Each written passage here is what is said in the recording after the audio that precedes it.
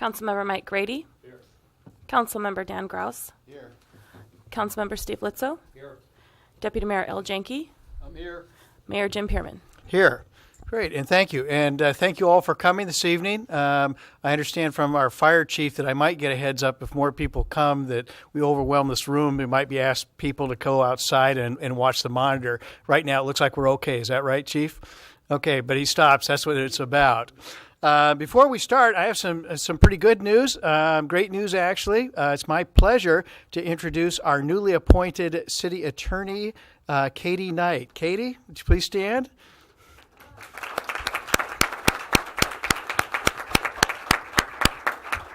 Congratulations. And the other thing, another good news, I don't know, is Callie Rodolfi here? Is she here? No? She said she might come. Anyway, last Sunday was our first farmers market. And if anyone wasn't in attendance, strongly recommend you go on Sunday. It was a wonderful deal. We had hundreds of people there, and it's going to be kind of a fixture now in downtown. Great place to see your community and chat and catch up and buy some vegetables and fruits. So there's my advertisement. And with that, I'd like to explain this evening a little bit. What we're going to do is there's just one agenda item, and that is Tent City Report. And what we have is we have public appearances, and what we ask is anyone who would like to speak on issues not related to Tent City to come up at this time. And those people who would like to speak on the Tent City issue, what we're going to be doing is having reports by a number of different people and stakeholders. They're each going to take about 7 minutes each. They can speak to 7 minutes or less than 7 minutes, but we're going to hold them at 7 minutes. And at the end of that, then it'll come to the council for questions. After that, we'll open it up to everyone for comment. So that will be the format of tonight's meeting. So with that, I would ask, is there anyone in the audience who would like to address the council on non-Tent City related items? Going once? Going twice? Okay, let's move on then. At this time, it's my pleasure to introduce Linda Herzog, our interim assistant city manager, who is going to introduce our guests and presenters. And also, for those who have not presented in front of the city council before, this is going to be a quasi-staff kind of presentation. So just understand that it's a little different than format, but please feel comfortable. I know there's a lot of people watching, but take a big breath. And with that, Linda, it's all yours. Thank you, Mayor, and welcome to all of you citizens, and thank you, Council, for allowing me to open this up. I'm just going to give a general introduction and talk about a few things that will not be presented formally by department heads, just to get us into the full report.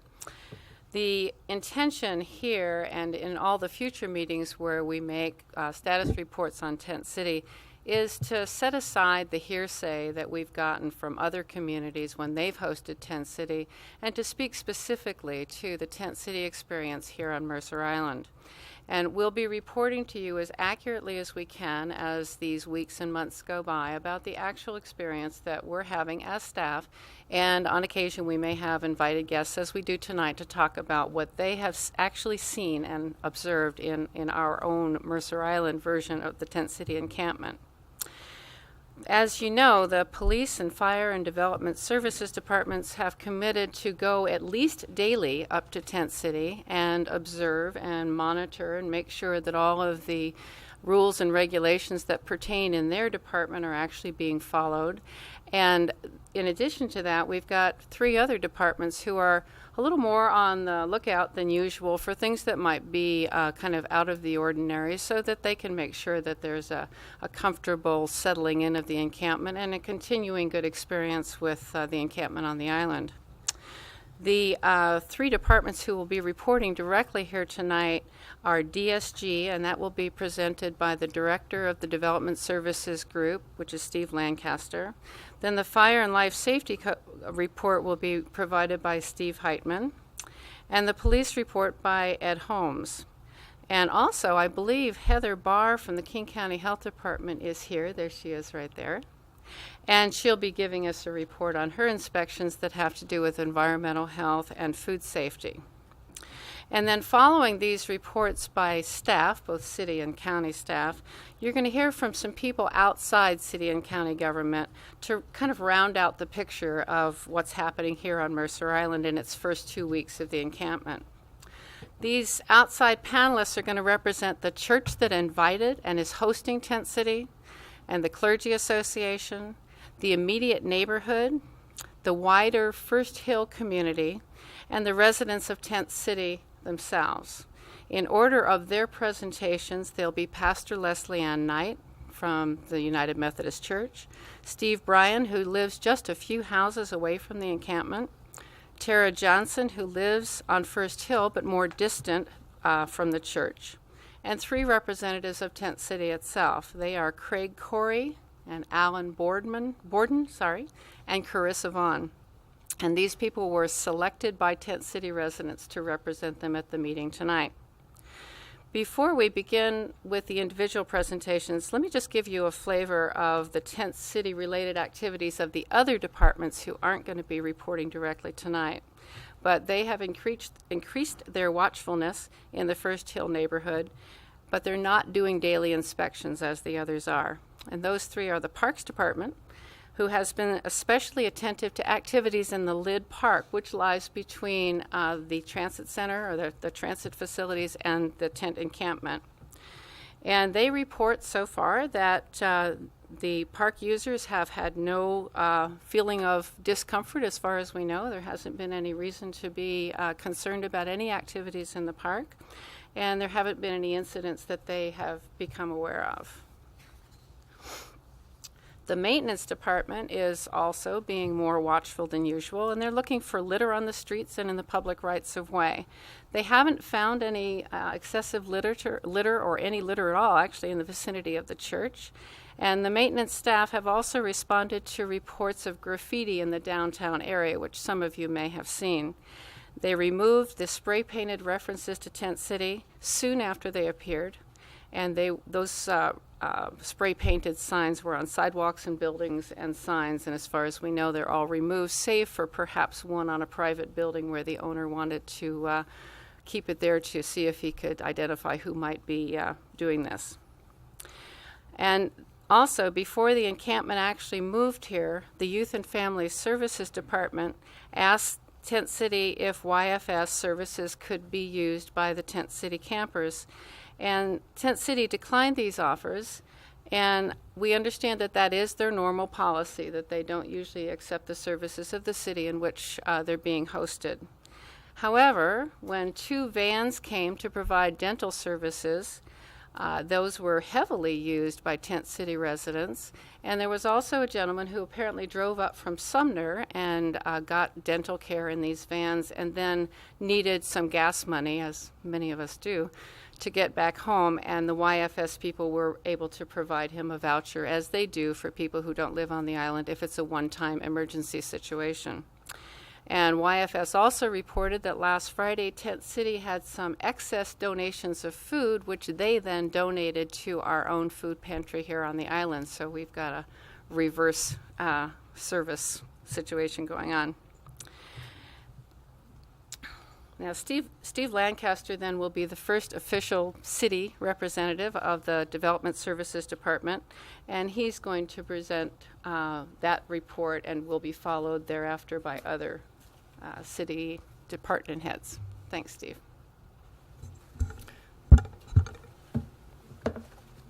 Thank you, and for the record, I am Steve Lancaster. I'm Director of Development Services for the city. The Development Services Group has conducted daily site inspections of the Tent City encampment since the setup date of August 5th. The purpose of these inspections from the DSG department is to ensure that the site layout and the use requirements that were established by the temporary use agreement, as well as other related city code requirements that are within this department's purview, are being met. Inspections have been conducted by the building official, by our code enforcement officer, by our electrical inspector, our utilities inspectors, our principal planner, and the city development services ombudsman. And I have also personally visited the site on 6 occasions since Tent City came to Mercer Island. Our findings to date with regard to the items of code and the temporary use agreement are as follows. First of all, with regard to the required 20-foot setback from the north property line, we have found that there is a slight encroachment, or there was a slight encroachment of tents into the required 20-foot setback near the northwest corner of the encampment.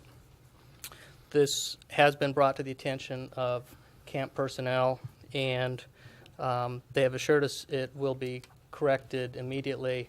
I've had a report that it has already been corrected. We will be inspecting that tomorrow to make sure that it's within the 20-foot setback requirement of the agreement. With regard to the requirement for a site-obscuring fence or screen on the north property line, it is in place and is consistent with the temporary use agreement. Exterior lighting is consistent with that agreement as well. Parking is available as per the agreement. Water supply is appropriate and meets all applicable city standards. Solid waste disposal is being appropriately handled. We observed that actually today. Electricity service has been properly permitted, properly established, and has been approved by the city. And gray water disposal is also being appropriately handled. We're not aware of any other outstanding code issues at this point. As I said, we are making inspections on a daily basis and responding to any concerns that are brought to our attention. And I understand that questions may be asked later, and I'll be happy to try to respond to anything that might be within my department's purview. Thank you. Thank you, Steve. And Steve Heitman is going to make a presentation for fire and life safety. Steve Heitman, Deputy Fire Chief, Mercer Island Fire. To date, we set up a system that has a format that each of our crews, when they go up to visit, they fill out the format and it's automatically submitted to me. To date, we have 18 visits on record. Every day we are sending at least a crew, or the watch commander or myself have been going up there. We're making sure that the fire code is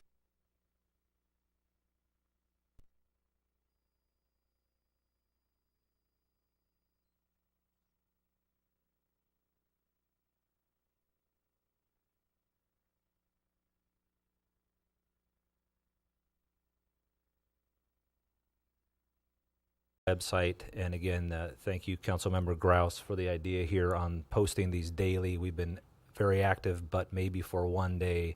We've had these every day updated on the website. The graffiti, there was some words, Tent City, why not? It looked like a stencil. They were spray painted in different areas in the CBD. There was a call of loud noises or groaning. The officers went up there and located a party a little further down the street. There was a report of some suspicious people walking around. The concern was they were intoxicated. The officer went up, located Tent City security people walking around, didn't appear intoxicated, nothing out of the order there. There was a malicious mischief case I mentioned where some juveniles had thrown water balloons into the camp. There was another littering case I mentioned earlier about the broken wine bottle in the driveway. We had another noise and littering complaint. 4 young adults threw garbage out of their vehicle, had made some disparaging comments about Tent City. Officers went up and could not find garbage or the suspects. And then a noise complaint, banging sound. Officer went up there and did not find anything up there out of the ordinary. There's 2 other reports that are under investigation that they don't involve Tent City residents. There's some neighbors, maybe neighbors versus neighbors. They're not on the website, like I say, because they're being investigated right now. There's some sensitivity around those, but I am here to say there's no cases involving Tent City people that are currently under investigation that are not on the website. I was asked once, what constitutes a Tent City call? How will we know? What if it's something at the south end? What constitutes a Tent City call? And I guess my response was, it depends on the likelihood. If it's likely that it would not have happened if Tent City wasn't here, then then that's if Tent City is here, and the likelihood of it happening if Tent City wasn't here isn't there, then I'd say it was a Tent City related event. And for example, that the first arrest we made, the officer was contacted near Mercer Park, and the folks asked for directions to Tent City. The officer had noticed a broken window in the vehicle, got suspicious, wondered what that might be about, was a car broke into, asked himself some questions, and ran that plate as he drove them toward the Tent City. And it came up with an associated no contact order. The occupants in the vehicles fit the description of the petitioner and the respondent in that case. So although they were initially contacted by Mercerdale, had it not been for Tent City, I think it's reasonable to say that they would not have been there, so that counts as a Tent City related event. We err on the side of posting things on the website, but I do want to be fair. And to the one caller who called in the loud noises, suspicious people, and the broken bottle in the driveway, I don't want it to come across as though we're trying to explain away or defend Tent City, but I also want to be fair in that I want there to be a nexus, a clear nexus between what happened and Tent City. So if there's a broken wine bottle in the driveway, it is entirely possible someone from Tent City threw it there. It is also entirely possible someone who had nothing to do with Tent City threw it there. So I want some caution to be exercised in some of these, and I want to be fair to the people here. So it's up there, and the little explanations on the side help to clarify some of those. So if it's related, we put it up there. If it's not related, I also want to be clear what is not related to Tent City. And the example I think of, and I heard about it a few times now, so I want to make mention of this in this meeting. Saturday morning, August 9th, our special operations team served a search warrant on a sex offender living several blocks south of Tent City, and it was near the Boys and Girls Club, and that had nothing to do with Tent City. So it was a dangerous level 3 sex offender, had hurt some kids in the past, so we went in, like I say, with a search warrant, and it was Saturday morning. So if there was observations of police activity near Tent City, that was to the south of that, and it had no connection whatsoever to Tent City. So a few now clarifications.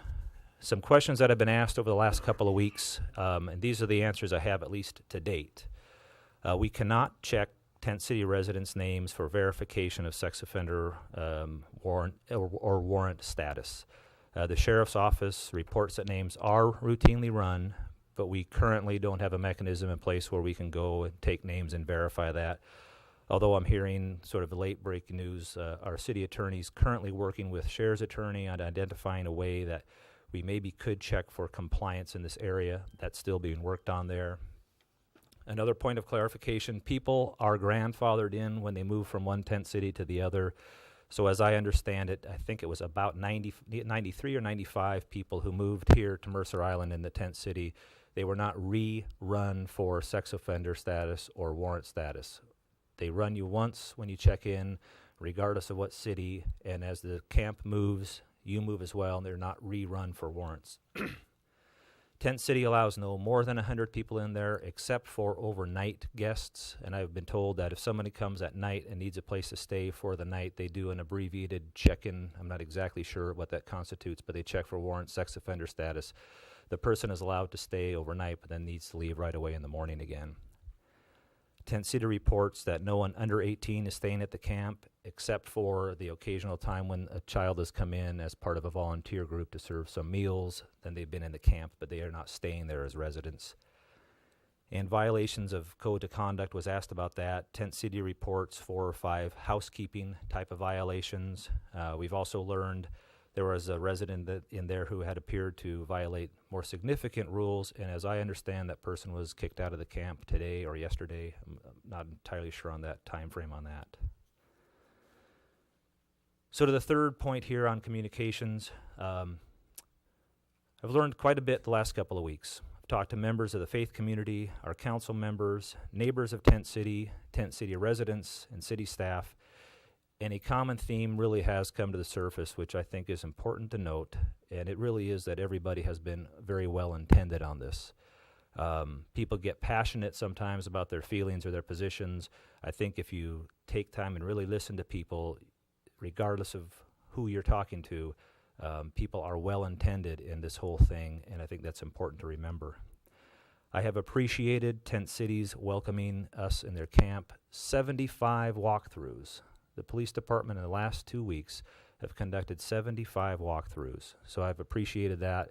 When I've come into Tent City, it's open arms, welcome, we engage in conversation, and I appreciate that.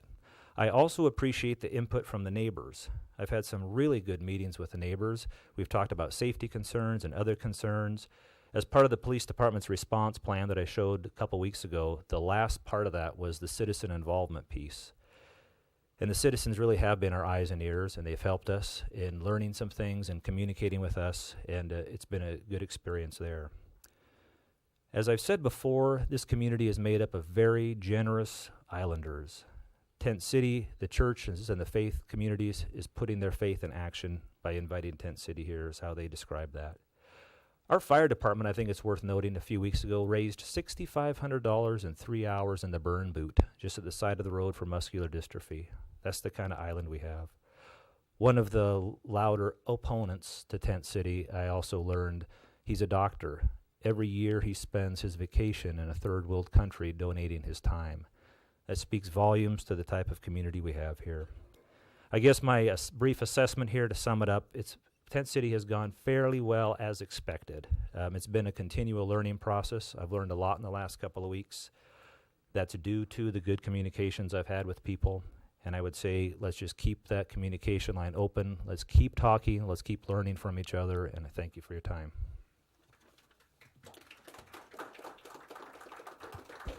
If you could hold your applause, I'd appreciate it. Thank you. Thank you, Ed. That was great. Good information. And now the pastor of the Mercer Island United Methodist Church, whose church is hosting Tent City, and she'll be speaking on behalf of the church and its congregation as well as the clergy community.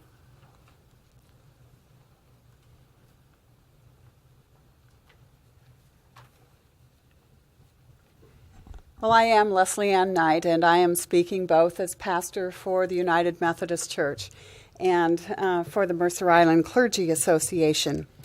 And I want to say, I think that one of the learnings that is happening right now, or the developments that's happening just maybe this week, is a calming and a finding of ways to talk together. I don't know how it is that it has happened this way, but the Clergy Association has been doing some talking with one another to say, how can we have a more meaningful conversation with the neighbors? Today I had a conversation with a neighbor that was an amazing and a courageous conversation, and I have to tip my hat to her. I think we each went away enriched, and that we went away with new perspectives, and I was very thankful for that. The blog got to be, for me personally, like people were foaming at the mouth, and that has also calmed, and I think that it will we will be able to enter into some better conversations. I want to talk a little bit about the pregnant woman, because it was as I spoke about her that it aroused fears on her behalf. My intention was to simply say there are people, and she was one of them, who have urgent needs that wraparound services don't wrap around well these days. And I want to clarify that story. That young woman was never neglected. She was never left sizzling in the hot sun. There was both concern and care for her. When she and her husband arrived in the camp, they were assisted in networking and for the social services. And as you have heard, an outreach worker who visits the camp regularly took her to get her prenatal care and took her, I think I heard him say something like, we're going to harass our way in, to another office and to sort of move her to the head of the line to connect her with WIC, the Women and Infant Children's Nutrition Program. Safe and appropriate housing was found for them, where the family is intact now altogether. Once the baby is born, DSHS will place the family immediate in transitional housing, and it's a boy due this week. I think one of the results of this project is new connections with people that have been created, not only with Tent City folks, but with many others. For example, Roy, a man originally from Baghdad who comes several times a week to deliver food to the camp, as he has done since it's begun. I certainly have made a lot of contacts with city folks and fire and police, and appreciate that spirit. There has been, Tent City folks have been great neighbors. They are cheerful and polite, and we have our whole our landscaping weeded. It just happened one evening. The woman who said, I would like to help them register to vote if they want to. The locksmith working at our church today who saw the woman who was arrested for that warrant for an old offense, but he saw her. He called and he said, if it's a fine that she cannot pay, let me know and I will help her. I find it an experience not without problems, but an experience that has been a joyful one. And what may feel like disturbance to some has felt like life to me. Those dental vans with not a single person complaining about not liking needles, but coming out and smiling, and all of their teeth are there, saying their mouth felt good again. Teams of people who arrive every night to bring the meal. People walking down to visit the camp, community people. People who come asking to be admitted, and a few people who are leaving saying they have permanent housing. This presence has enlivened our congregation, and it's enlivened our worship, and other congregations are saying the same thing. It's enlivened us spiritually. But one of the things that really touched me was working with a resident as we were moving them in. He said, people know how important the shelter is, and they know how important the food is. But I don't think they have any idea how priceless it is to be able to talk to someone at night when you come home.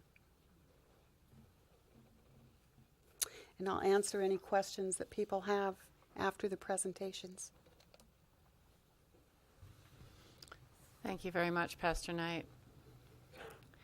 The next person who we've asked to speak is Steve Bryan, who lives within about 3 or 4 doors of the church to its south, I believe. Steve Bryan, 2426 70th Avenue Southeast. Over the last few days, I've talked to over a dozen of my neighbors, all south of 24th, all within 4 houses of the church. There's a couple of the houses are directly impacted by proximity right across the street. One woman I talked to today, she has probably one of the closest bedroom windows to what's going on. The comments it was enlightening. It was a great experience. Very few problems reported by them. The one woman whose bedroom window was very close had a problem Friday night, 2 a.m. There was some loud noises, and she was impressed on how fast the police response was when there was a phone call made, and she felt fine going back to sleep. The couple comments about some increased traffic during off hours. We have a lot of traffic coming up and over the hill during rush hour, but not as much off hours. And a lot of looky-loos coming by, and so they're thinking that's probably going to die off, but they had noticed that. We've got one couple neighbors that have been concerned with the potential for camp followers, people following the camp, but not necessarily part of the camp. And that was a concern voiced, but actually no problems at the moment. And it was interesting, several of them commented that they had to walk by or drive by the camp to know it was there. These, mind you, are my neighbors all within 4 houses of 24th, all within 4 houses of the church. So the impact is minimal, and I had to apologize to a couple of them for creating more of an impact with my construction that I had going on in my house previous year than actually the not so pretty blue tarps. And that was the one comment that came up. The couple of the neighbors commented they felt sorry for the neighbors to the north adjacent to it, just that the screening was there that was great, but it was the wonderful blue tarps that we have covering up all kinds of stuff on our yards as well as our fences. The one real complaint I heard from one of the neighbors was and it was rather entertaining, the motion detector was going off quite frequently in the evening, and in further inquiry it turned out it was the police patrolling the neighborhood more frequently, and so there's a few suggestions on cardboard of the window or readjusting the motion detector, but these neighbors, in the discussions with them, 14 years, 17 years, lifetime, 20 years, 32 years, 40 years, 52 years. They're neighbors. This is a neighborhood where a lot of us have lived for a long time, and for years, at 27 years, I've thought of myself as a short-timer in the neighborhood. But they, in our talks, reminded me of things like Emmy's Attic, the anonymous food baskets, and the origins of the thrift store. This island has had a lot of poverty from the very beginning. It's just more recently that we have lost a lot of our economic diversity. And to most of my neighbors, it was, well, of course. It's an inconvenience. It's not anything we would choose, again, to have in our neighborhood, but it is what we have always done on the island. We have always taken care of each other. And it was great to hear these longtime islanders speak that way. Several had commented, though, that we need to work, the city needs to work on getting the word out there a little bit sooner so everybody is aware of what's coming, so it's not as much of a surprise. But it was refreshing to hear that even though it's going to be some inconvenience and some uneasiness for the 3-month period of time, that it's too bad in our society today that we do have people in this situation, but it's great that we're able to help them. Thank you. Thank you, Steve. That's great. If you've noticed, we've had a lot of Steves, but that's the last Steve we have giving a report tonight. We do have a Steve who's allowed to ask questions. So, yeah, lots of Steve. Okay.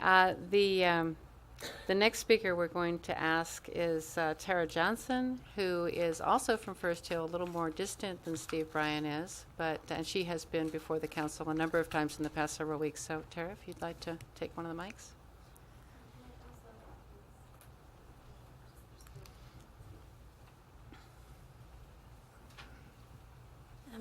Hi, my name is Tara Johnson, as Linda mentioned, and I apologize. Some of this is going to be, I'm going to reiterate what some of the comments that the previous neighbor, Steve, mentioned. But first of all, thank you for the opportunity to speak in front of the council tonight.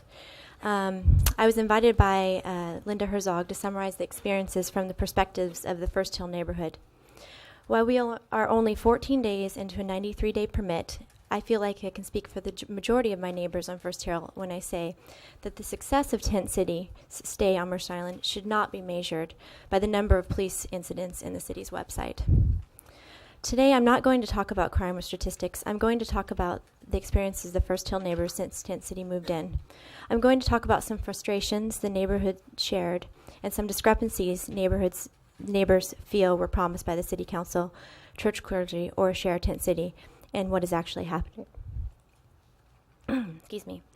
With the help of Manny Batra, who lives 5 houses down from Tent City, and may I add, spent hours talking to neighbors, walking up and down 70th, 71st, and 72nd, talking to the households that surround Tent City, we asked 3 questions and tried to stay objective. How has your experience been with Tent City so far? Have you changed any of your daily routines due to Tent City being your neighborhood? Knowing what you know now, and knowing that Tent City could return to our neighborhood in the future, would you still have purchased or rented your home?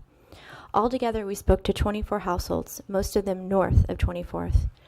22 of the 24 households we spoke to had concerns about Tent City and had altered their daily routines as a result. I'd first like to address the latter 2 questions. Have you changed any of your daily routines due to Tent City being in your neighborhood, and would you still live here knowing what you know now? So, for the first question, have they changed their daily routines? All of the households but 2 claimed they are much more aware of their surroundings. Some stated that having 100 or more people with unknown backgrounds or histories living in their neighborhood raised concerns. This is usually not the case when any other citizen rents or buys a property, as many checks are built into their ability to do so. The formerly quiet neighborhood is now busy with pedestrian and vehicle traffic. Walking through the lid is the preferred route to downtown Mercer Island, so the congestion is occurring north of 24th. Most of the women we spoke to mentioned they felt really uneasy.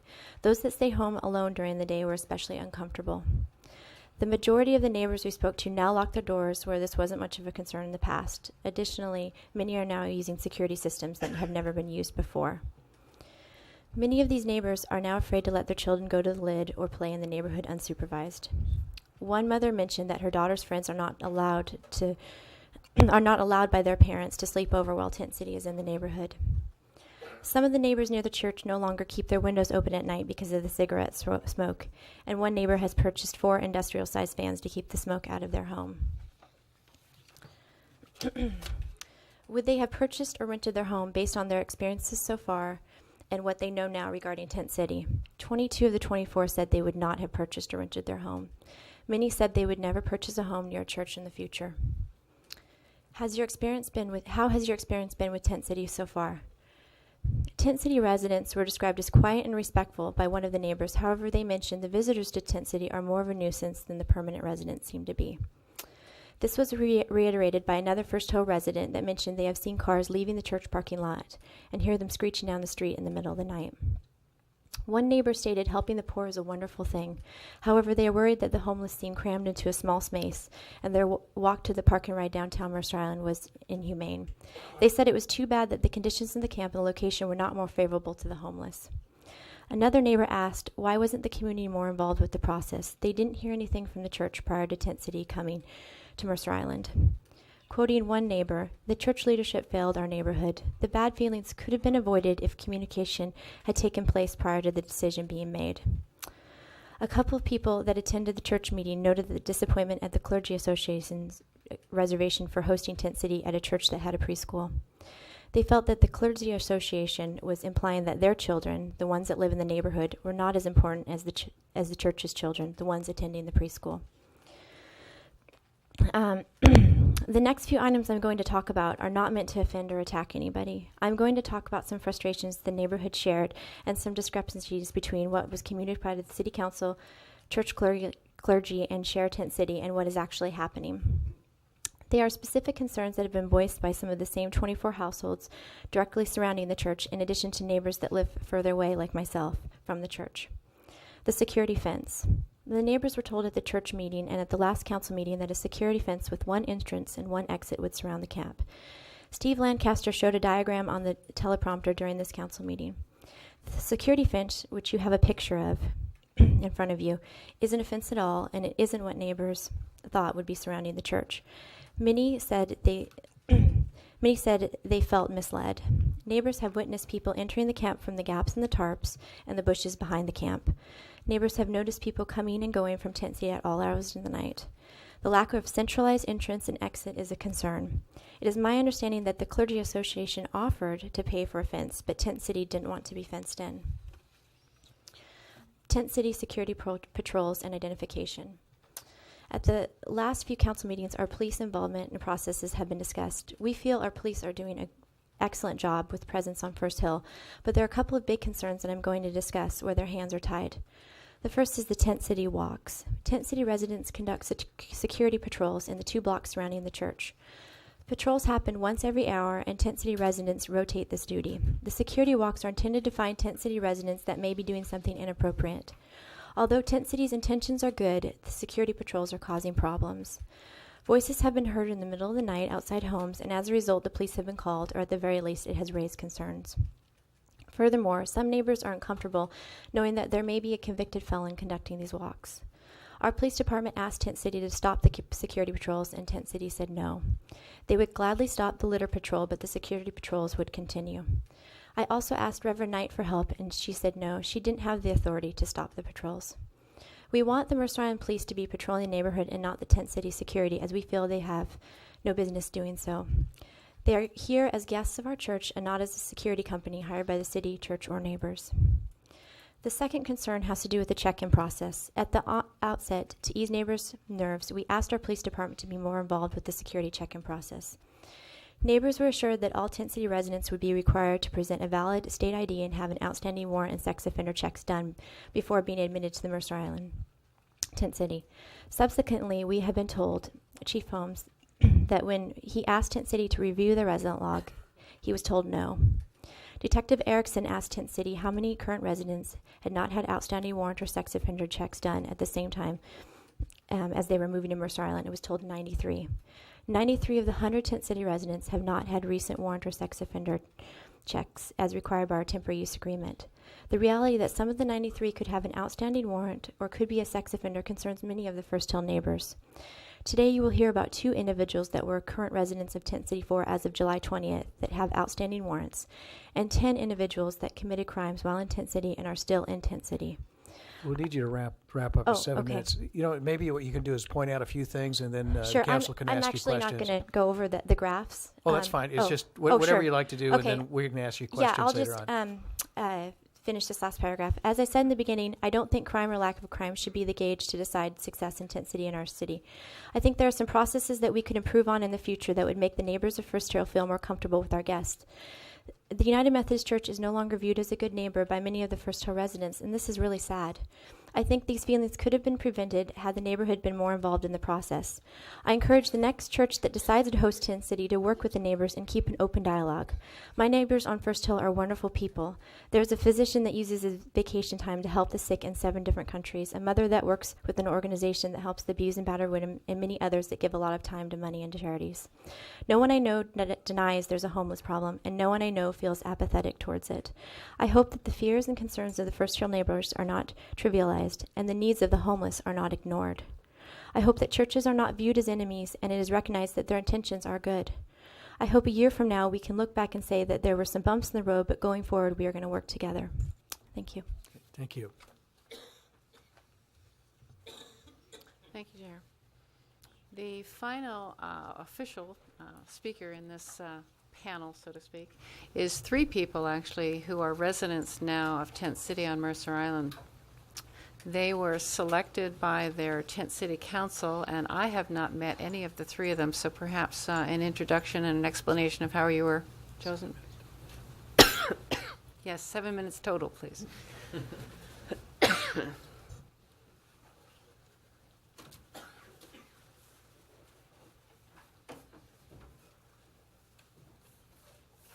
Hi, my name is Carissa Vaughn. My name is Alan Borden. Greg Corey, currently resident in City 4. Quite briefly, during a camp meeting, we have a weekly meeting that all campers are required to attend. We were asked to, or it was voted that we come here tonight and represent the camp and our findings since we've been on Mercer Island. Real quick, I'm not really good at these public speaking things, so bear with me a little bit. First, I'd like to thank everybody who put in so much hard work to get us here.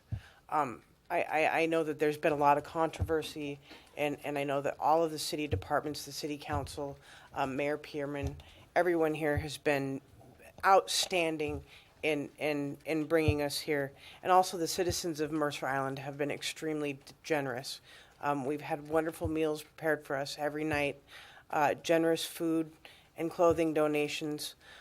We even had a local hair salon offer to do haircuts for the women in camp. It is a pleasure to be here on the island. I had some questions brought to me by the City Council, and one of the questions was, in the Code of Conduct, what rules would you identify as being rehabilitative or protecting the neighborhood? Real quick, our Code of Conduct, one of the first and foremost rules that stuck out in my mind is being rehabilitative is our no drug and alcohol policy. As well, violence not being tolerated, degrading ethnic remarks, sexist or homophobic remarks. Many of the people that end up at Tent City have been outside and they've been alone, or they maybe have had problems with drugs or alcohol. The fact that there's a zero tolerance for these things in this community and that it is enforced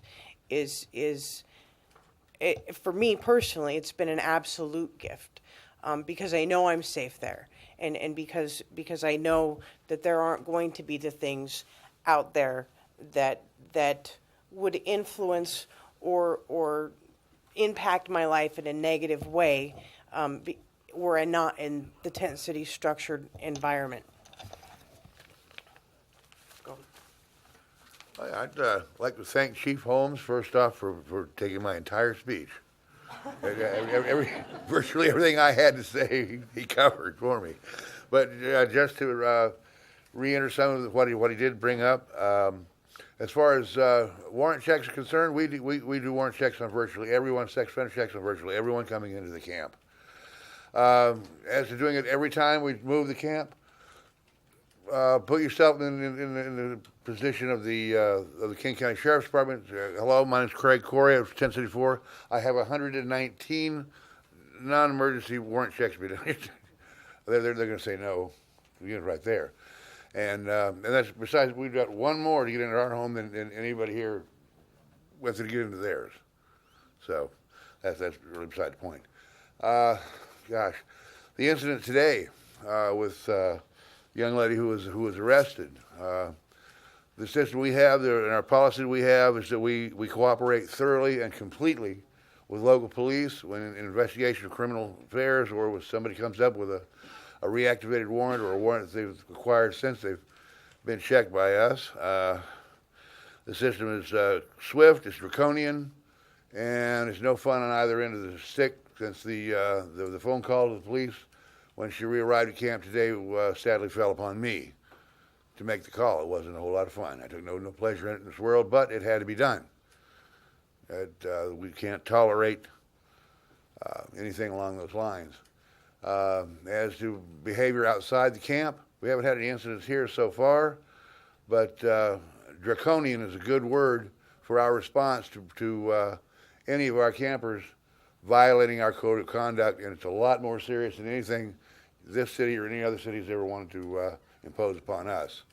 We're not nice folks to each other, but it has to be. All right, thank you. My name is Alan Borden. In the first 12 days of our stay here on Mercer Island, we've had an intake of 29 people. Of course, all of them have had warrant checks and sex offender checks. We've had 15 people move out. We assume that's to more permanent housing. There's no place to go but up from a tent, so we assume they went somewhere good. There were 7 code of conduct violations, and permanent bars were issued against those people.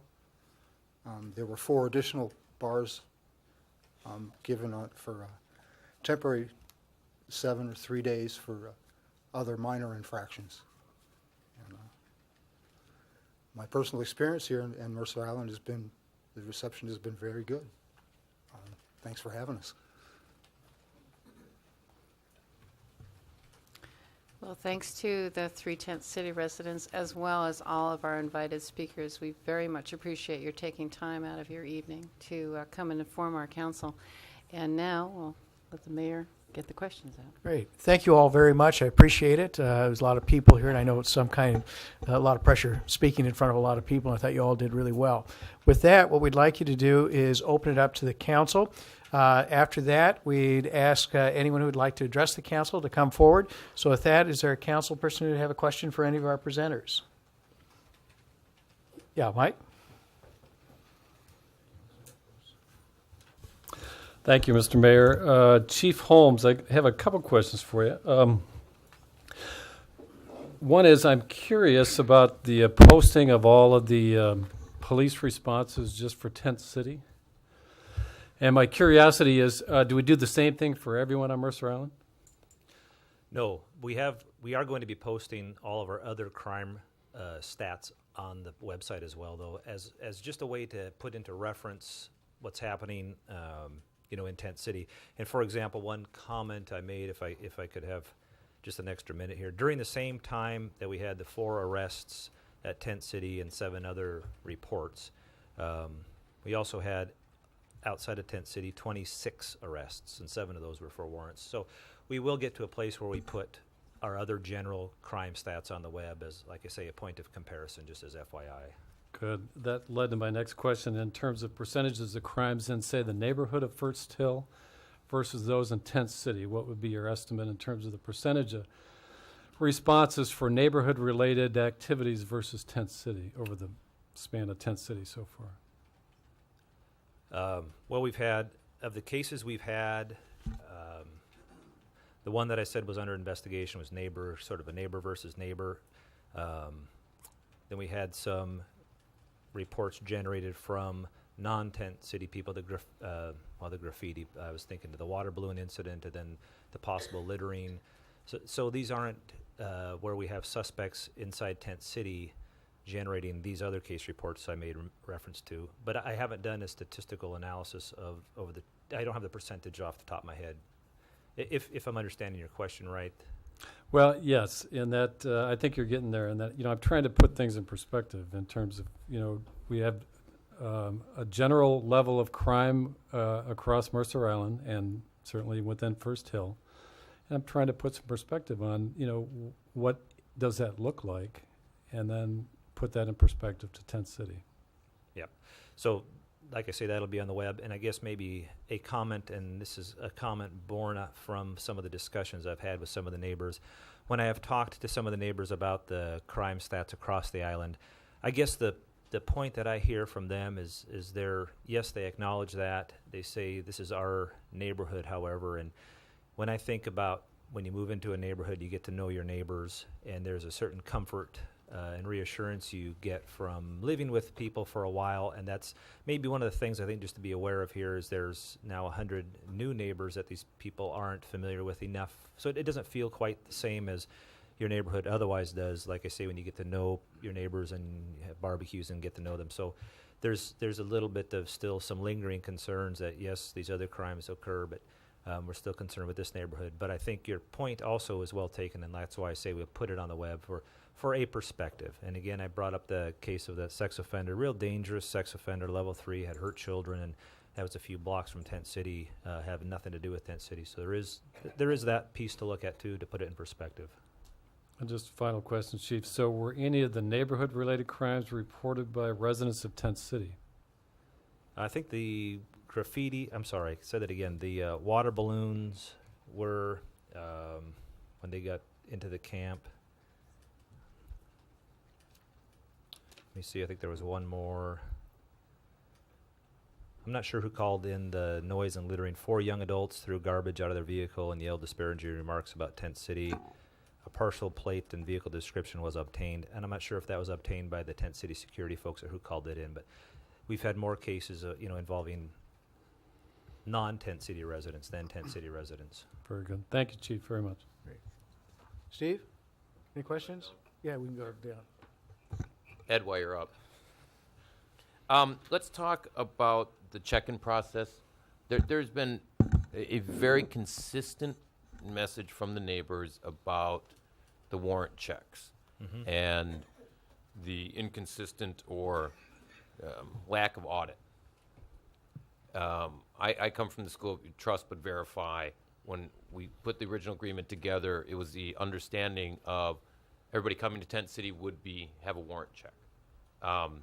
We had 93 people come in that had at some point previously been warrant checked. We don't know the currency of that, how long it was. I don't buy the Tent City argument that we're going to overburden King County by 129 warrant checks. So to you, and the question is, and maybe Katie, if you want to jump in as well, is how do we run, what can we do to audit within the privacy of the individuals, but as part of the agreement, we're running warrant checks. How do we audit this? I will let Katie talk to that because she's had a discussion as recently as this afternoon with Cher's attorney. I'll let her speak. I have spoken with Cher Wheel's attorney, and we're discussing what that might look like in terms of what sort of compliance check could occur. We just haven't had the time to beat that out because the understanding was that the persons, upon entering Tent City, would have the warrant and the sex offender check, and that's the new residents as they would come in would have that happen. And so he and I are definitely talking about it. Mentioned it to Scott as well. So I don't have the answer to the specifics of that yet, other than we're discussing it. Right, but it's not clear in the contract. Does not say the new people. It says everybody coming into the tent city on Mercer Island. Right. Right. So that's obviously what you're battling. Right. Through. When do you think you'll be able to? Hopefully tomorrow. We were talking about it before this, and frankly, it was just kind of back and forth. And he and I both had other obligations, but we were trying to talk about it before the council meeting, and just didn't have enough time to work through some of the discussion that we needed to have happen. Okay. So I should know more tomorrow. Great. Okay. Anything else? Nope. El? Dan? Chief, as long as you're there also. As I understand it, a warrant, it's to, warrant check basically determines whether there are any outstanding arrest warrants for somebody. Correct. And so if it was determined that someone was subject to arrest, they would be denied entry into Tent City. Correct. So then if someone is, what I'm having a hard time understanding and looking at this chart that Tara gave us and which I had heard about earlier today. So these seem to be cases of people who were arrested subsequent to their arrival in Tent City but have not been removed from Tent City.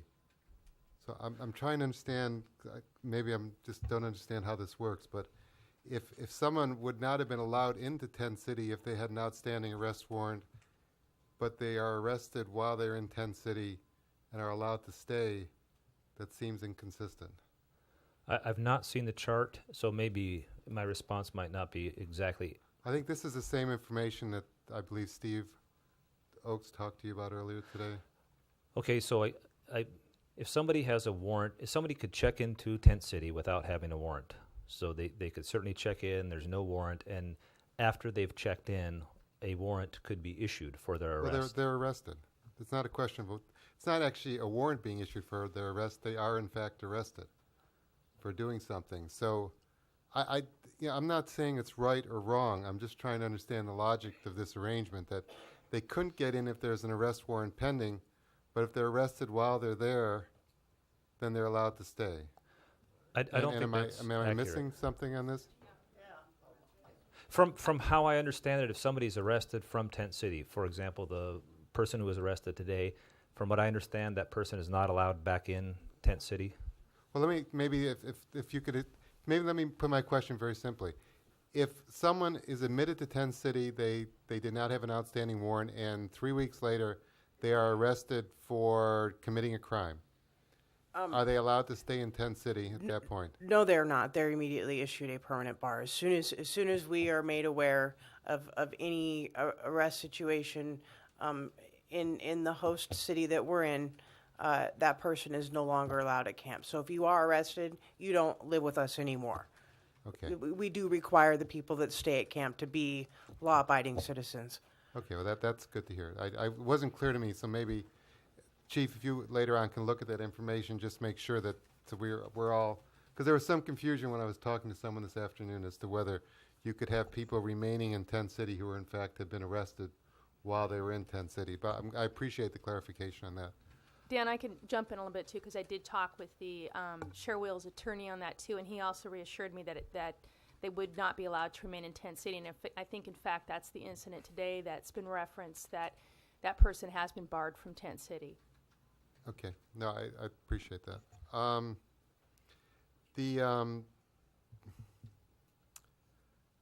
guess my other question was for Pastor Knight. Reverend, as I understand from our city manager, in a meetings between yourself and the other members of the clergy and the city manager, you had indicated that you would have some regular meetings going forward with the neighborhood. You would create some sort of just a meeting schedule, weekly meetings or meetings every other week, just so the lines of communication which you were referring to could in fact be could be enhanced. And I had asked someone this today whether, to their knowledge, those meetings had begun or were being scheduled, and they were not aware of them. I was wondering if you could clarify whether those meetings will be held or will not be held. We have talked about how that might be done, and really have kind of tried to whack that out. It felt that because I had become such a lightning rod figure, that I was not a person who could facilitate such a meeting, and that probably it needed to be held at a place other than the Methodist Church. Because of the division, we didn't know how those conversations could be facilitated in a way that would be civil and helpful, because we were not having experiences with those. So one of the clergy is really following through with this, and there has been kind of an understanding that we would just wait a little while, and then it will be moved ahead with. But at this point, nothing is scheduled. Yeah, and all I would say, and I would, just as the city manager has already said to you, I would strongly encourage you to have those meetings. I wouldn't pretend to tell you how to do it or where to do it or who to facilitate it, but I think, as you said, that's just the kind of facilitation that the communications that we need. Okay. All right. I hear that. Reverend Knight, while you're up there. Okay. So you're also representing the Clergy Association? Yes, I am. Okay. Well, and for this presentation, I represent the Clergy Association. There are some others here who might want to speak. Okay. I just want to make it, the Clergy Association invited Tent City to Mercer Island. Yes. Let me kind of clarify that. The Clergy Association had the desire to bring Tent City here. And when we first started this, and actually before I had arrived, and when there was conversation about it, there was not understanding about some of the legal issues involved. The Clergy Association itself could not host Tent City because it does not have that right to do that. It needs to be a church that has a council that can take action that is legally binding, that is responsible, etc. And so while all of us agreed that we wanted to invite Tent City, and it had been announced that we would, it needed a particular congregation to go through a congregational process and then to issue that invitation.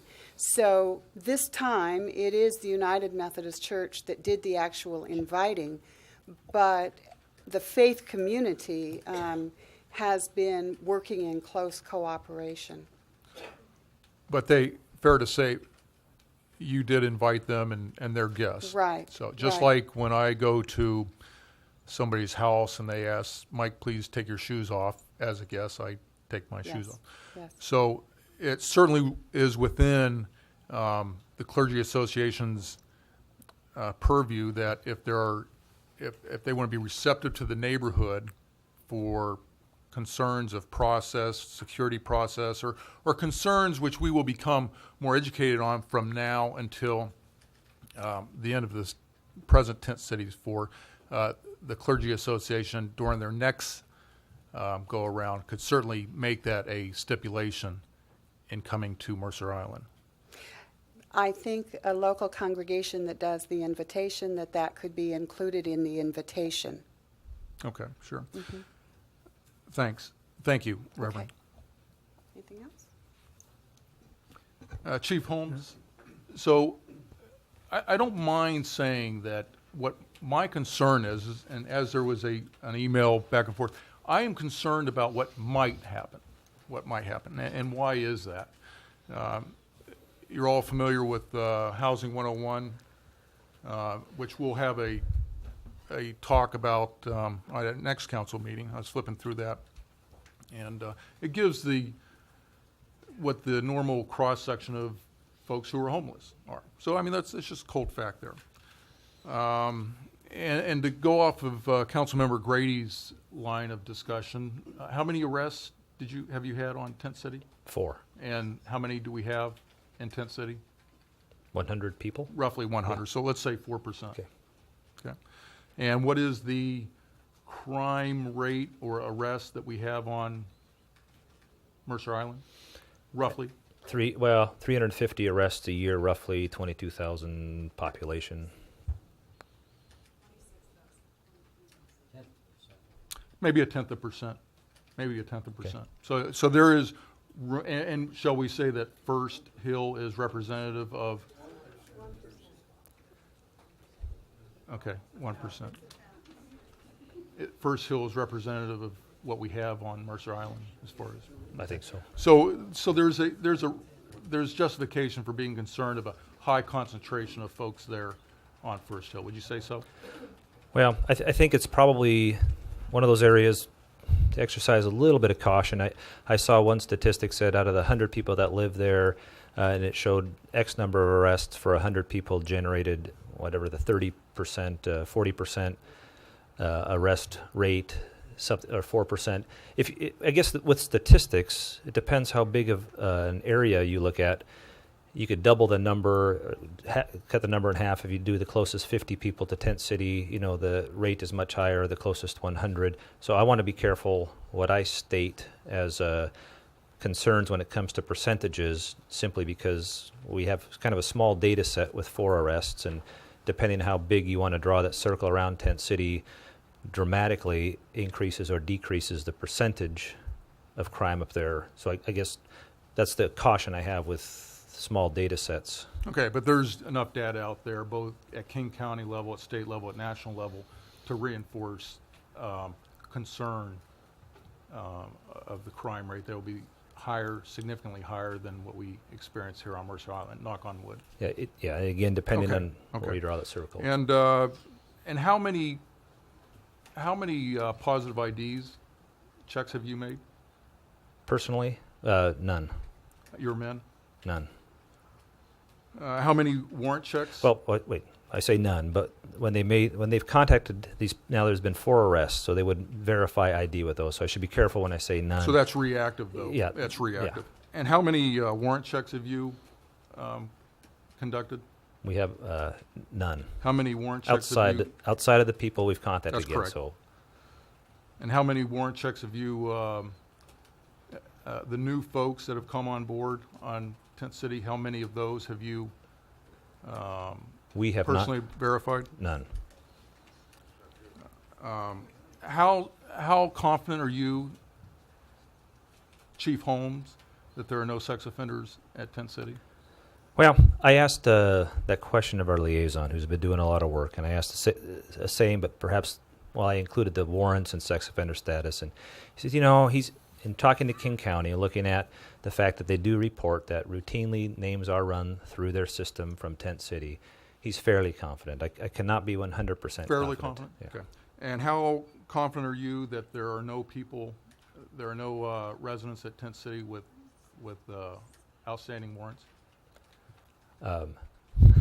Well, I could say again, fairly confident based just on the data I have, which Chief, is. I don't mind. I don't mean to put you on the Yeah. spot, but I have. Yeah, I haven't. Or the Point of order. I Hey, mean, Mike, seriously, Mike, are we gonna, Mike. if we want to badger the chief of police all night, we can do that without spending everyone's time. But come on, Where we this know. was leading, I understand, and where this was leading was the process. The process.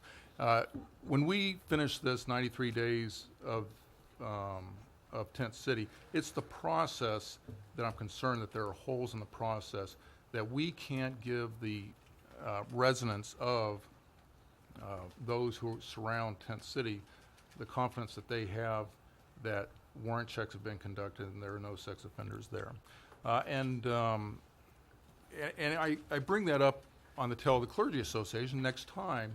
Then I hope that the Clergy Association will consider that when they invite the Tent City folks to Mercer Island.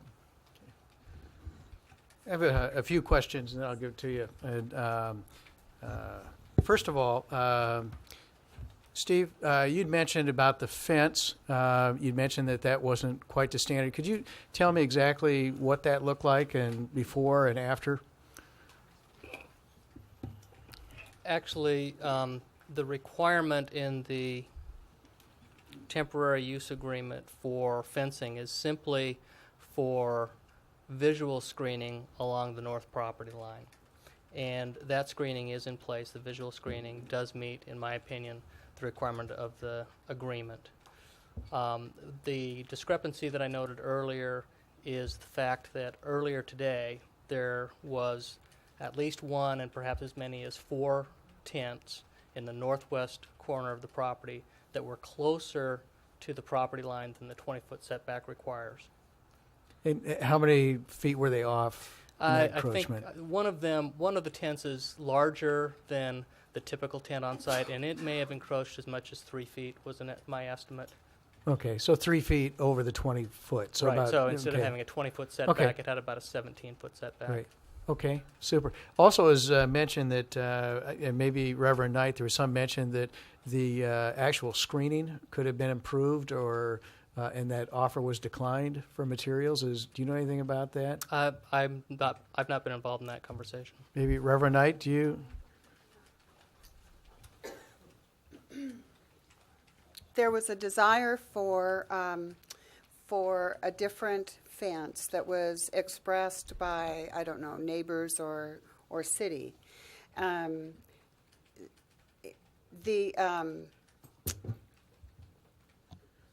The ends have been open because there has to be fire exits. Anyway, the camp said that they did not want to have chain link or whatever, did not want that this was not to be a security fence.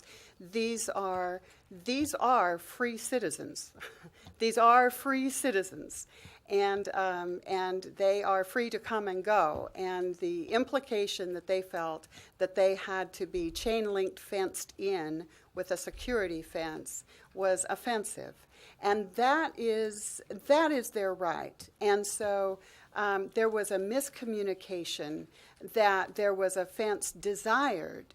And so one of the members of the Clergy Association went to see if some help was needed for financing. We didn't even get to the point of saying whether such a fence could be erected. And when he learned that had been miscommunication and the fencing was not wanted, then he said absolutely not and backed off. Great. Thank you for clarifying that. Can I follow up with Just a minute. I've got a few more, Mike. The other thing is, the neighborhood, I apologize. I'm one of your drive-bys. I'm driving by very frequently, maybe setting off your alarms, and I apologize. But the other question, in the drive-bys, and I've made it a point to do it all times during day and night and to look at it, I have not witnessed anyone going in the side, and maybe the Tent City people could address that as far as your entrance and monitoring, and talk a little bit about that, if you would. Alan Borden. There is an entrance when we take the garbage out to the dumpster. but it is not to be used as that's a barable offense to use that as an entrance or an exit. It's people using that should have their vests on and should have a bag of garbage with them. As a member of the camp, I think there's some miscommunication about the fence. The way it was presented to the camp was that the camp was going to have to pay for it. And of course that was denied because we don't have any money. But what you're saying, I've seen them with the orange vest. So what you're telling me is, in your camp rules, unless you have that orange vest, you have to use the designated entrance and exit. Yes, sir. Okay, great. Chief Holmes, one last question for you. It was mentioned about the warrant checks, and Councilmember Cyril was asking how many you did. My understanding was it was that was done by King County. Maybe you could explain once again why and what the procedure is on checking warrants. Yeah, real quick, then a recap. If Mercer Island were to run those warrants, we have our records clerks are here Monday through Friday, 8 to 5. And so if a subject wanted to check into Tent City outside of those hours, we would need an officer to run up there, and that could be a delay. And we would ultimately have Kirkland Dispatch do the warrant check then, because they do all of our dispatching for us. And I had asked Kirkland Police Chief, so when Tent City was in your city, you have your own dispatch center. Why didn't you guys run the names? They're in your city, you got a dispatch center. He says, it's just much more efficient to have King County do it. They do it, they're used to doing it. They have their SOPs, their standard operating procedures, all in place, and they're willing to do it, and it seems to work well. So they didn't do it for themselves, and it would not be as efficient if we did it ourselves, just because half the time or less than half the time we have our records clerks here, and otherwise you need an officer or calling over to Kirkland. Okay. Are you satisfied with this system?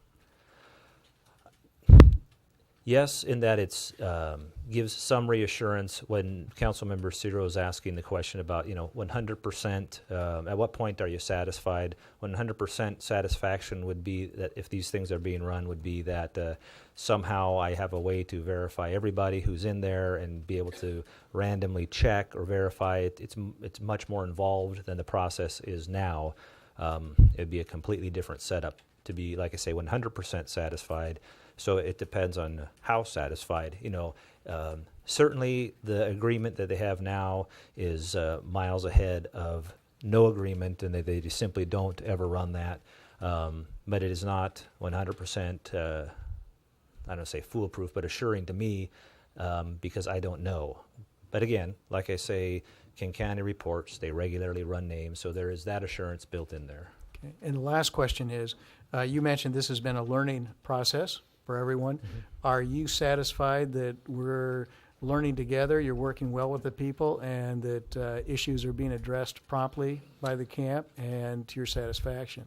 I got to say, I have been really pleased with the communications I've had with the folks at Tent City. And again, I mentioned that before, 75 walkthroughs in 2 weeks, and they still have their doors open, arms are open. We come in and then we chat. I've also made mention of discussions I've had with several of the council members, to include recently our Public Safety Committee with Council Member Litzo and Ciro, when they were asking the good questions here. And then the neighbors. I've been really pleased with getting to know some of the neighbors who, and I've had real candid conversations, talking about initially sometimes maybe at least how I received their message was not the same as I'm receiving it now, and that's due to some real open and honest communication. So I have learned a lot in this process. Just the importance, and I guess the word we've heard a number of times tonight now is communication, and how important that is to communicate, have a venue in which we can communicate concerns and ideas and thoughts and opinions and clarifications, because I think sometimes there's misinformation out there, or assumptions are made as to, I've heard council's intent, and it's not accurate, some other people's intent, and it's not accurate. And so I guess I would just say that communication piece is critical when you look at, and I said earlier, people are well-intended. And I think if you start there, if you don't start there, you'll get there eventually if you really listen to people. And if the discussions start there, then you can always talk about, well, what could this look like in the future, or what could have been done differently. But I think, as I said, the churches were looking to put their faith into action. The people who oppose Tent City, and I've said this a number of times, it doesn't mean that they're against helping people less fortunate. And there's example upon example upon example that would verify that statement, confirm that statement. So people here are generous. They're well-intended. I talked several weeks ago about the spirit of this community, how we pull together in times, and I see that happening. I think the pastor, Leslie Ann, saying that it's starting to look a little different. People are starting to come together. Discussions are starting to happen, and I look forward to being involved with those. Great. Thanks, Chief. And I think now we're going to go another round of questions. And I believe, Steve, you had? Yeah, could Reverend Knight and the gentleman from Cherville, could we follow up on the fence issue? Because this has been kind of gone around. It's been an aesthetic issue for the neighbors for some time.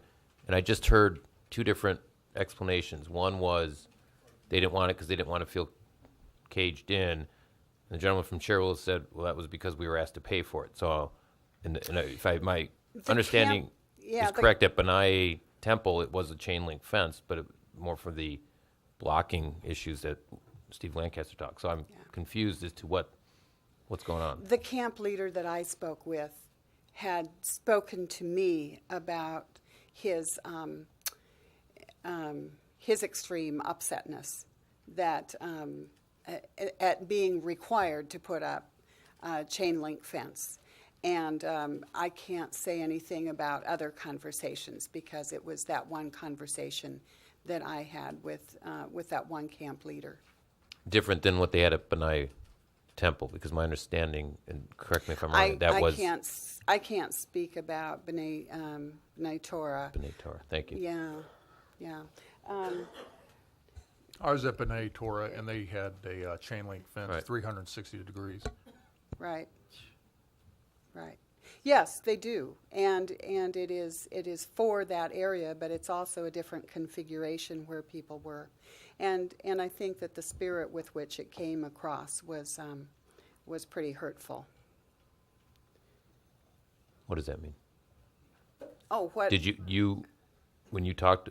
I don't think I understand what you just said. When the suggestion was, or when the issue of the fence came up, I believe it came up in such a way that it was hurtful. I think there was miscommunication that was involved, and some not careful communication. And so I think things really got tangled and snarled. And I only know from the one person and then secondhand conversations. So I really shouldn't be talking about the fence too much.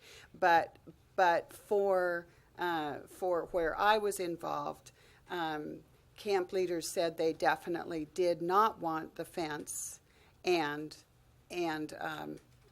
that's what I knew.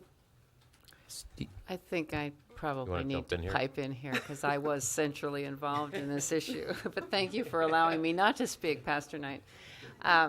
We had a conversation among the staff wherein some of our police department had spoken with the Tent City leadership and had noted that at Temple B'nai Torah there had been a full surround fence. I think it was referred to as a cyclone fence. And the discussion was around who are we providing security for if we had such a fence.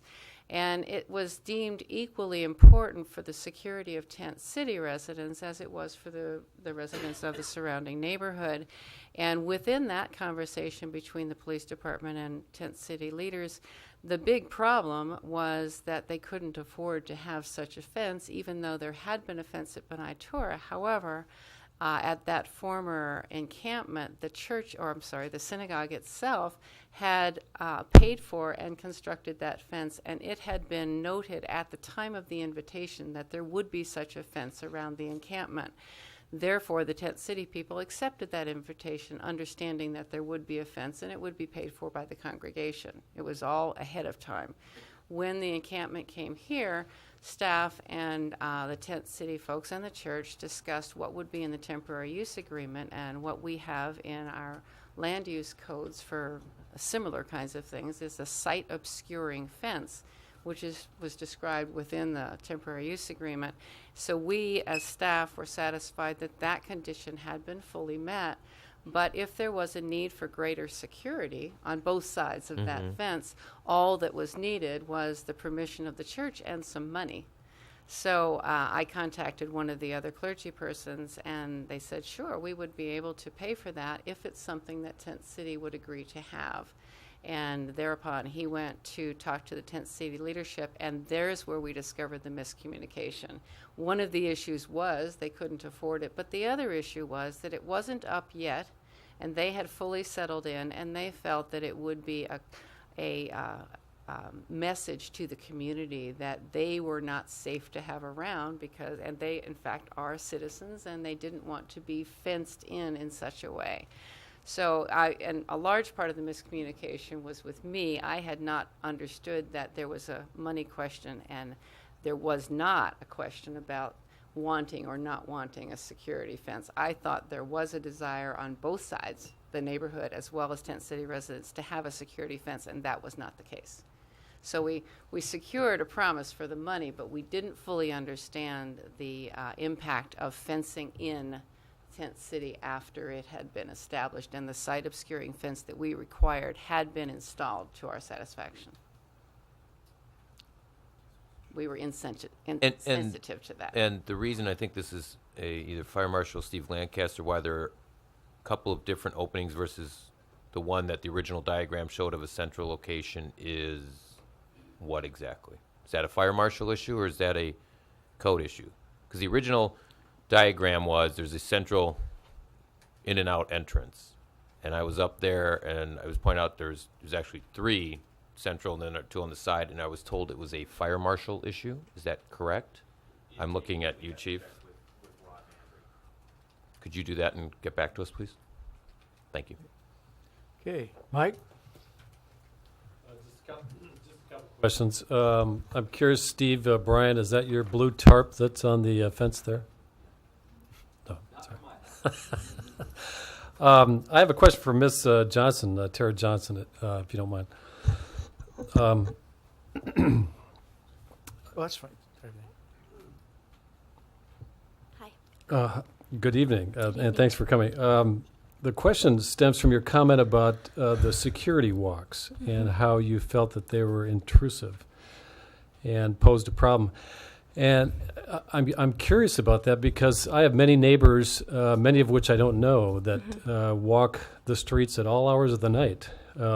Some of them happen to be smokers, and they are kind enough to leave their cigarette butts behind, and they're typically in my front yard. Others are dog walkers like my fellow mayor, and sometimes they pick up their stuff, and a lot of times they don't. And I tend to find that when I'm mowing the yard.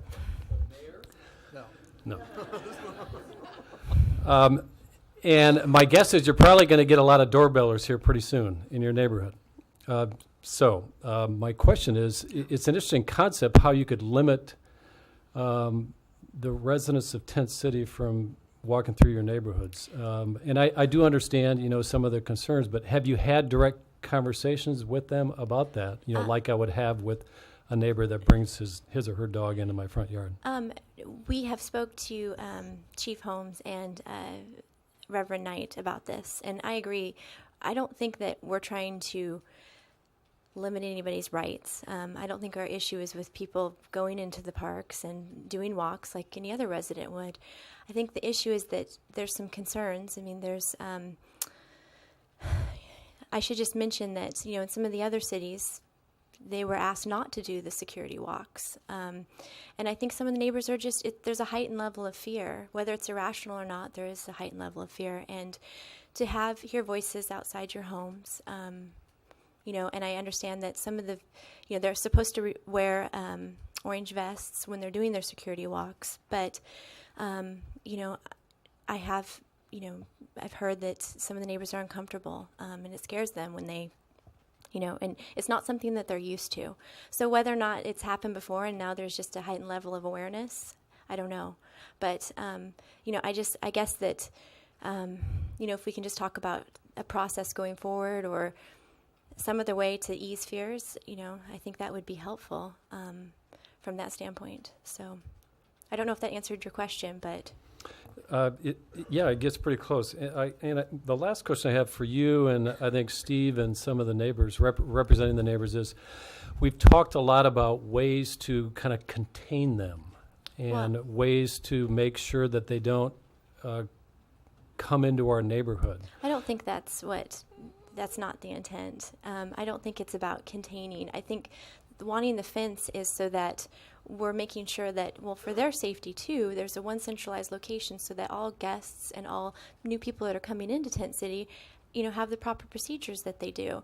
I don't think anybody has an issue with, they're humans. We're not unreasonable people, and I don't feel that anybody wants to contain them or violate their rights to be able to do things. I just think that, we're concerned that, there's been a couple neighbors that have seen people walk in behind the bushes.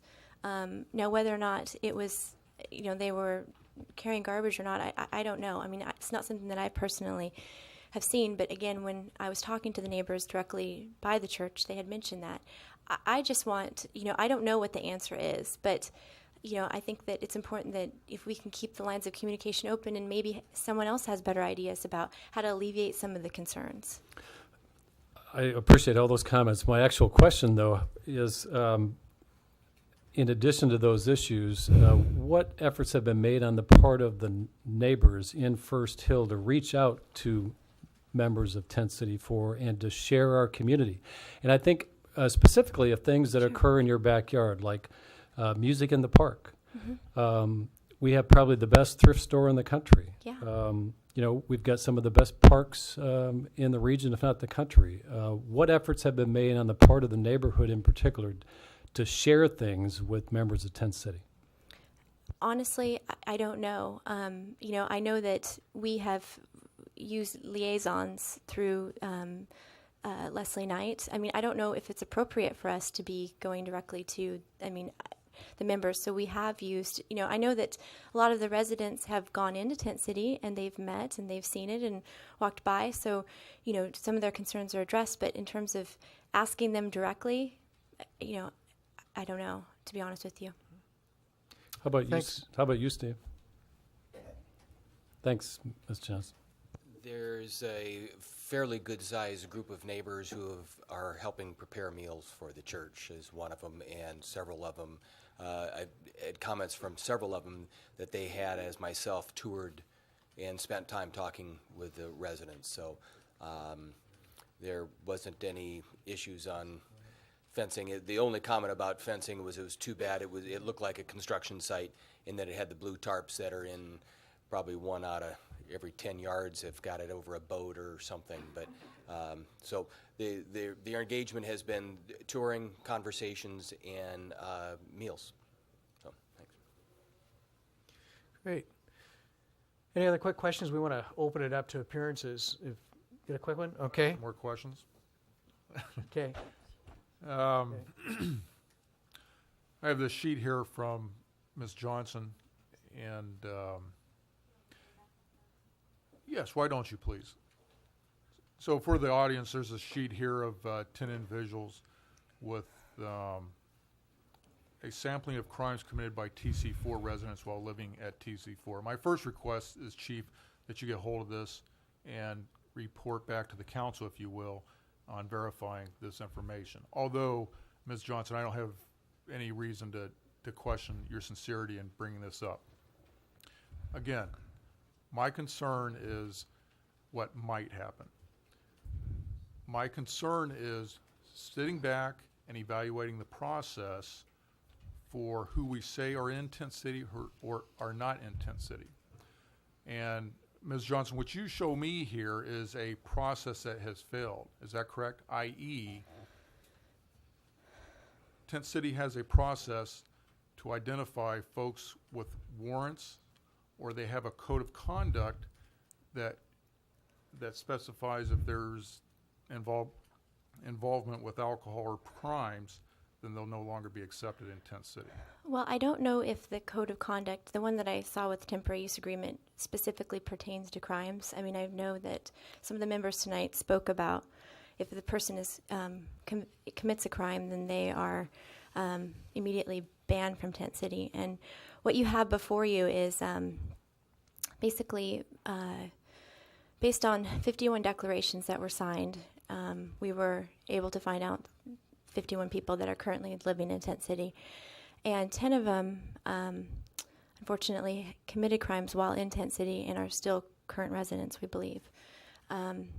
So my concern is that, I don't know why that happened, but it raises concerns about maybe more checks need to be done, or, are the processes being followed? I mean, I guess technically, they are following the code of conduct, yet the code of conduct doesn't address crimes. So I guess that's, I mean, if we want to be technical about things. So again, Chief, please verify there's 10 folks here that have crimes identified after having been enrolled in Tent City 4, and those folks are just from a sample of 53 odd folks, as I understand, not the full 100. Correct, right. And let me add too that, some of the individuals served jail time for those crimes and then came back to Tent City. So,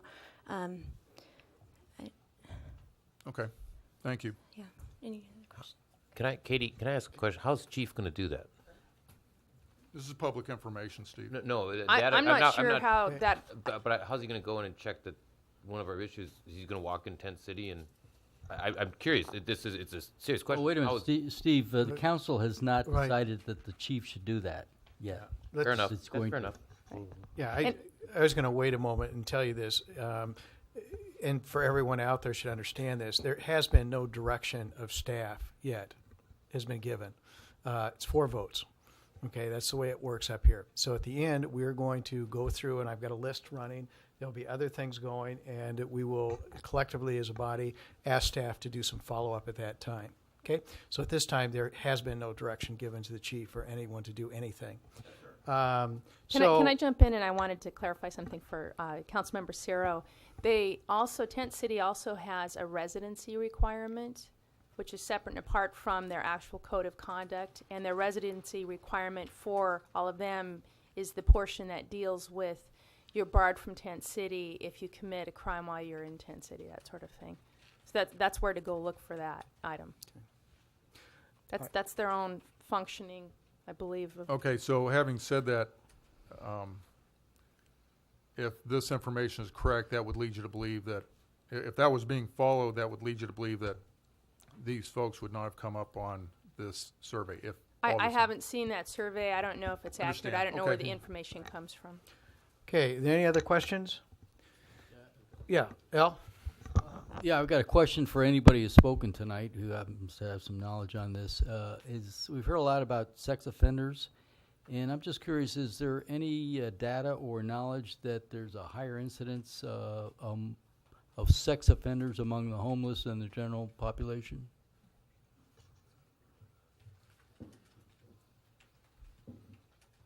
Doesn't look like no one's got an answer for that. Chief, you don't have an answer? No, okay. All right.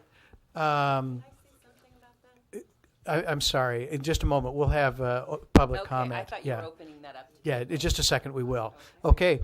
Now, what we're going to ask you to do is that we're going to actually have, after the comment period, we'll be bringing this back. I've got a list here, as well as I'm sure my fellow council members do, of things they would like staff to consider doing. Okay?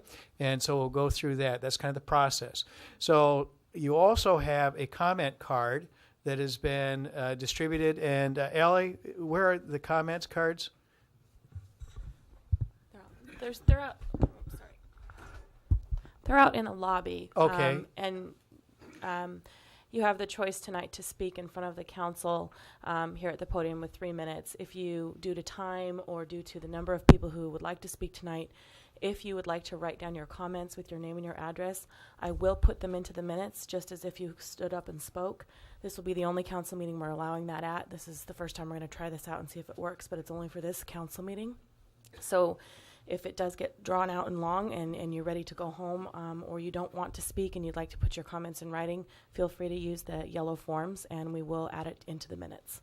Okay, thank you. And yeah, Mike? Procedural question on that, because people, for whatever reason, are unable to be here in person, but maybe watching on TV, can they email to the city their comments and also have those incorporated in the minutes?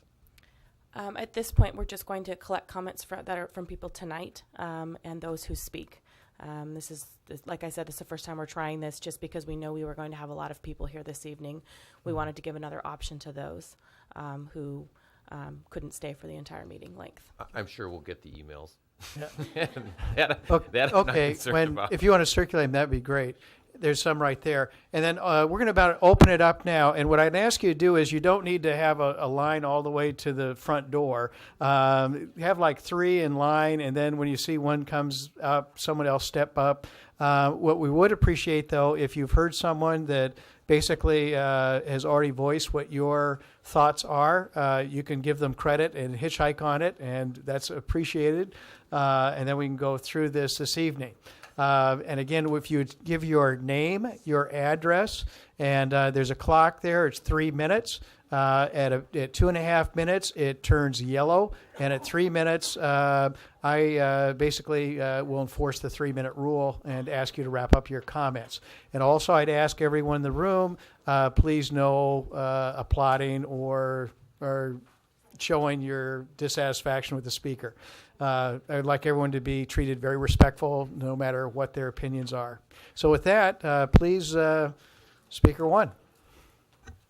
My name is Joe Ingram. I live at 14165 73rd Avenue Northeast in Bothell. They made reference to an outreach worker case manager at 10 City 4, and I am that man. I've been going to 10 City for 2.5 years now, 2 years, and I've never had a negative experience with any of my active clients there. That's all I want to say. If you have questions about what kind of case management they get, I'm the guy to talk to. Thank you. Good evening. For the record, my name is Johnny Friedman, and I live at 2278 71st Avenue Southeast. I would just like to speak tonight, as we have all heard what some of the neighbors feel. I would like to have a tangible face to these feelings. And for these last 2 weeks, I have tried to keep a very open mind with Tent City being in our community. And I thought I would report back to you some of the incidents I have seen. In short, I would say that some days are better than others. Some days it's quiet and peaceful, and then other days it's not. I'm sure that you guys heard the police reports earlier, and some of those did indeed happen at our house. We woke up one morning to find a bottle of wine clearly smashed in our driveway. And like Chief Holmes said, it is totally feasible that it could have been done by a neighbor or by a kid or somebody like that. But we've never had that happen in our time in that house, which has been over 5 years. So I thought that, it might just be a coincidence that Tent City had been there. And I would just like to say that I believe that law enforcement has done an excellent job in following up with all the calls. And I understand that, there are two sides to every story, and oftentimes it is very difficult to glean what really happened. And I thought I would report some other incidents. The second night Tent City was at the United Methodist Church. We were getting ready to go to bed at 12:30 a.m. it would have been. And all of a sudden I heard loud moaning and groaning, the type of moaning and groaning you would hear either if somebody were drunk or getting injured or involved in a fight. And the police came, and it turned out there was a report that it was a party that was, I think, they didn't give us the actual address, but it was in the First Hill area. And again, I have no reason to dispute that, law enforcement was incorrect, but then again, I have never had my sleep disrupted by an incident while living in the First Hill community. That same night, about an hour later at 1:30, we were closing our drapes after trying to calm down from this situation and saw 3 men stumbling around on the premises of our property going to Tent City. They looked clearly drunk, and the officers said that they went, and security personnel said that it had been 2 men. Well, we saw 3 men, and we questioned why they were coming up 24th instead of just rotating throughout the streets and looking for crime there. I would just like to also add that throughout our time here, throughout Tent City's time here, our sleep patterns have been much different. We have been woken up by, among other things, cars honking their horn loud and repeatedly at 7:40 in the morning. taxi cabs honking their horn late at night. And I would say that our lives have definitely been changed for the worse, as we don't know when our sleep patterns are going to be. And the last thing I would like to say is there have been talks about how there have been great relationships forged through Tent City being here. And I can definitely see that, but I also see that from what I've heard, there have been decades of goodwill between the church and the First Hill neighborhood. And I'm scared that goodwill is degrading due to the disagreements. Thank you. Great, thank you.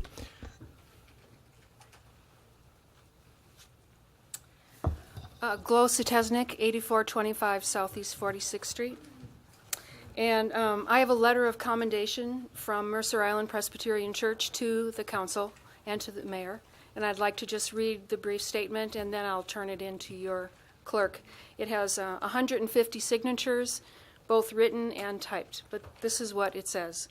We, the members and friends of Mercer Island Presbyterian Congregation, wish to commend and thank the Mercer Island City Council members and Mayor Perman for your leadership in supporting the coming of Tent City 4 to Mercer Island. We greatly appreciate your leadership. Thank you. Okay. She was fast. My name is Karen Griffin, and I'm a resident of First Hill, 3426 72nd Avenue Southeast. And I'd like to thank the councilmen that have taken their time to call me and talk to me about the number of issues that I've had.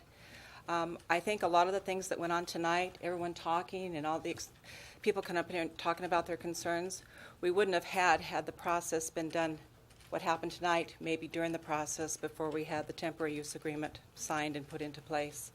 And I'd also like to tell you, I'm the one that called the police department on Sunday for the pregnant lady.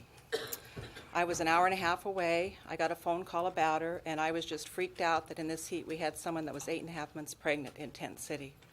I called our police department, and I talked to the chief about this, and I couldn't have an officer call me back on Sunday, but they were willing to send out an aid car and a fire truck, which is not what my intent was. My intent was just to make sure that she was okay and that she was well taken care of.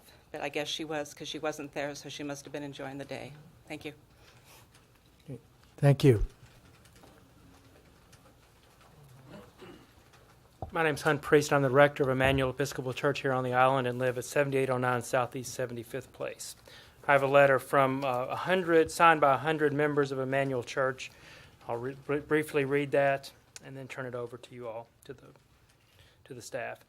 Dear Mr. Mayor, members of the Mercer Island City Council, we, the undersigned members of Emmanuel Church, thank you for your leadership in the months and weeks leading up to the arrival of Tent City 4. You were able to find a way to balance support of the constitutional right of a faith community to practice their religious beliefs with the safety concerns of some Mercer Island residents. No small task, and each of you is to be commended for your work and leadership. We realize that the controversies of the last 2 months, you have been verbally attacked both publicly and privately over this matter.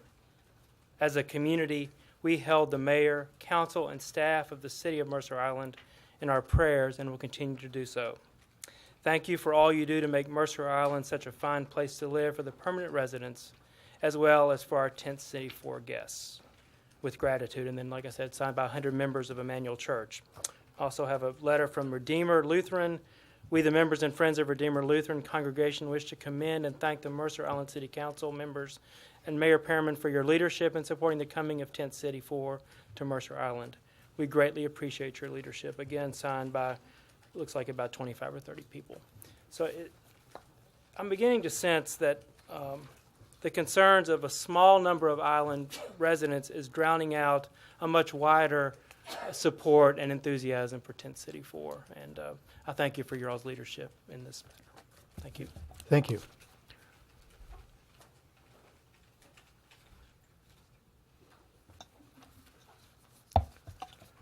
I'm Peter Robertson. I'm currently the moderator of the Congregational Church on Mercer Island and a resident at 9910 Southeast 40th Street, not that far away.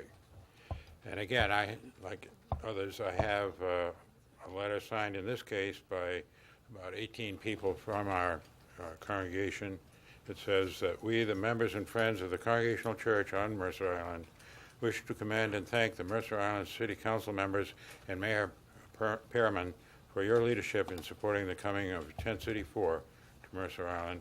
We greatly appreciate your leadership. Our congregation has been aware of the oncoming nature of the Tent City and been supportive during this period of time. And in fact, on the 1st of June, the congregation had a special meeting, along with some other issues, specifically voted to support the Tent City concept. Thank you. Thank you.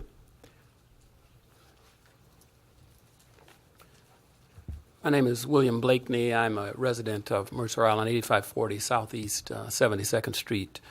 I am a member of the United Methodist Church here. I have a letter. We, the members of the Friends of United Methodist Congregation, wish to commend and thank the Mercer Island City Council members and Mayor Pearman for your leadership in supporting the coming of Tent City 4 to Mercer Island. We greatly appreciate your leadership.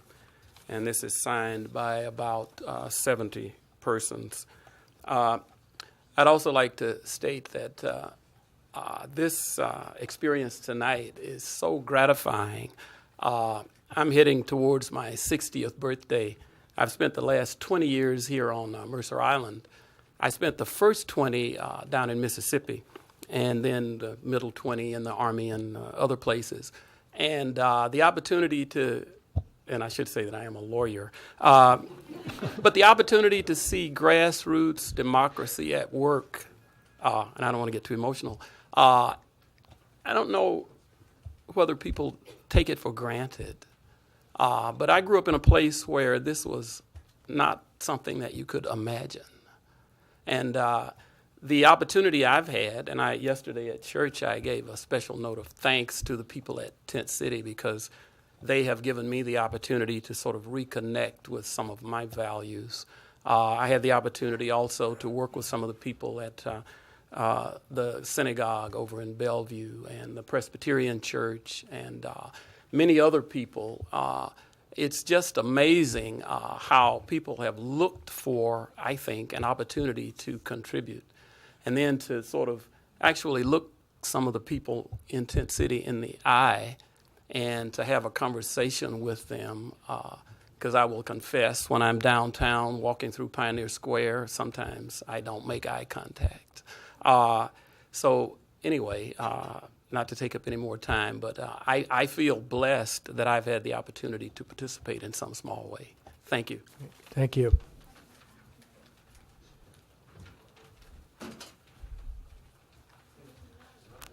I'm Susan Ogilvie. I live at 8433 Southeast 37th. I'm a retired medical social worker. I began my career in Seattle working for the welfare department. My caseload was the west side of Beacon Hill, on the hillside above where I-5 is now, and there were shacks there. And I was the welfare worker that called on those shacks. That was 50 years ago. In 50 years, we're bulldozing the encampments there. How far we've come.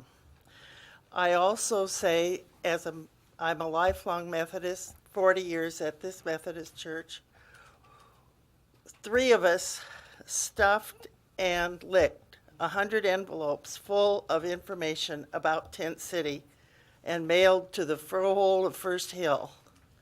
Did they have a bonfire with this information?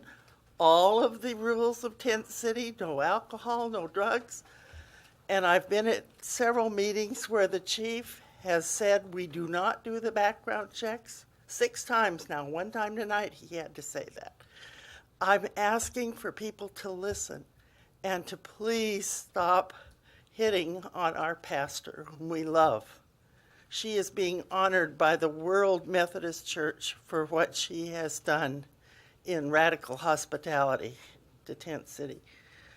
I would also say my husband and I lived in Thailand the first year we were married, and our son was born over there. Early in the morning, as I fed him, the monks would start down the street with a rice bowl, calling on the families, and they would put rice in the rice bowl. Westerners looked at that as they are begging. In Buddhism, they were giving the family a chance to give compassion to the poor and to make merit. And I look at Tent City as our rice bowl. Thank you. Thank you. Please. My name is Linda Stolo. I'm a 35-year resident of Mercer Island. I don't know if I can follow that because it was so eloquent. I am speaking here as a person who worked for well over 3 years on a weekly basis with Tent City 3. So if anyone has any questions about what it's really like, I'll be here. I would like to appeal to your logic tonight, if I might. I've been here a long time, and in my neighborhood, there is a sex offender, and we also had a flasher who exposed himself to the children in our neighborhood. What people, I hope, would realize is that we may look like the perfect community, but there are problems in every community. And what I want you to hear from me now about Tent City is, number one, and again, this is appealing to your logic, people in Tent City are there because they have found a safe haven. If they're out on the streets, they may be beaten, they may be killed. People in Tent City have nothing to gain by allowing criminals in their midst. There are women there who are there because they feel safe. They are there because they do not want to be raped. In all the years that I worked with Tent City, I never once felt afraid. And I've been to the site here, I've talked to people. I'm so glad they're here. And I feel that Mercer Island has a unique opportunity to teach our children and to gain for ourselves a greater compassion for the people we share the planet with. Like Mr. Ogilvie, who spoke just before, I'm sorry, your name is Ogilvie, isn't it? Yeah. Yes, I'm sorry. The gentleman who spoke before you, I'm of that same generation, and I grew up with the idealism of John F. Kennedy, and I've held it my whole life. And that is, he said, here on earth, God's work must be our own. I'm a member of Holy Trinity Lutheran Church, and I'm just expressing what is in my heart tonight. And I hope that any of you who have questions about Tent City and what it's like will feel free to ask me. I did witness when a woman was put out of Tent City for breaking the rules. The encampment at that time was at St. Mark's Cathedral, and we pulled in with our van full of food, and here was this lady sitting on a black plastic bag with all of her belongings, sobbing her eyes out. And I went over and I wanted to put my arms around her. I wanted to comfort her. I said to someone, "What's happened? What's happening with this woman?" And they said, "She broke the rules." And I said, "You can't be serious about what you're doing." And they said, "We are serious." We'll need you to wrap up. Okay. That's it. But I just want to reassure you that Tent City really does police itself. Their intentions are good, and it is a place where people feel safe. So I'd like to hope that Tent City feels safe on Mercer Island. Thank you. So if you need to ask me any questions, I'm around. Thank you. Okay.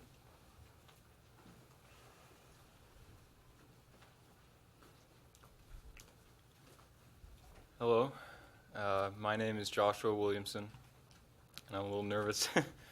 I've been homeless for 2 months now, a little over 2 months, and I've been staying at Tent City for a little over a week. And before I came to Tent City, I've slept under bridges and in doorways and in bushes and in the basement of a church, and I've been cold and wet and unable to sleep. And Tent City, like I've heard people say that it's like a vacation or something, like people want to live there. And I mean, yeah, I'm happy that I'm living there, but it's not what I aspired to, you know, as a little kid. So But it does mean that I can keep a job. I have a job.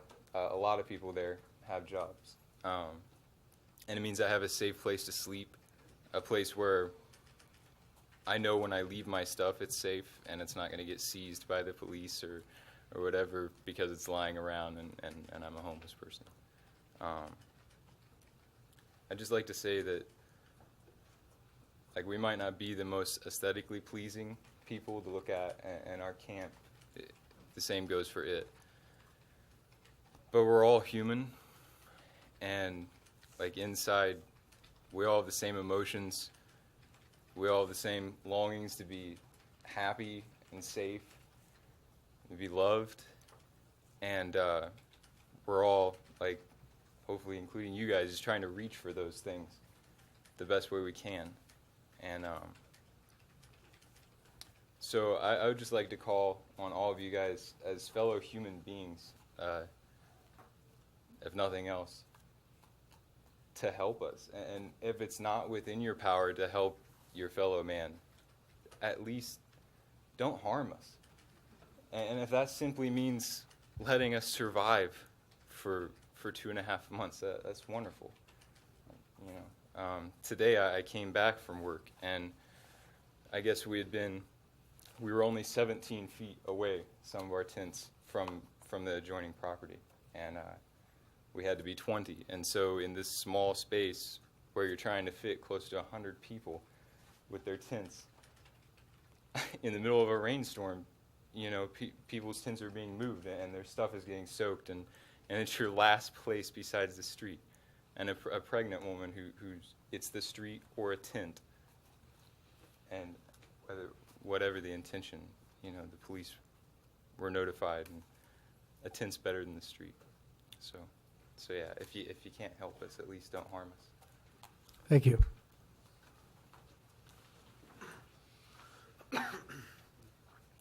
My name is Jake Beard. I'm a Tent City 4 resident.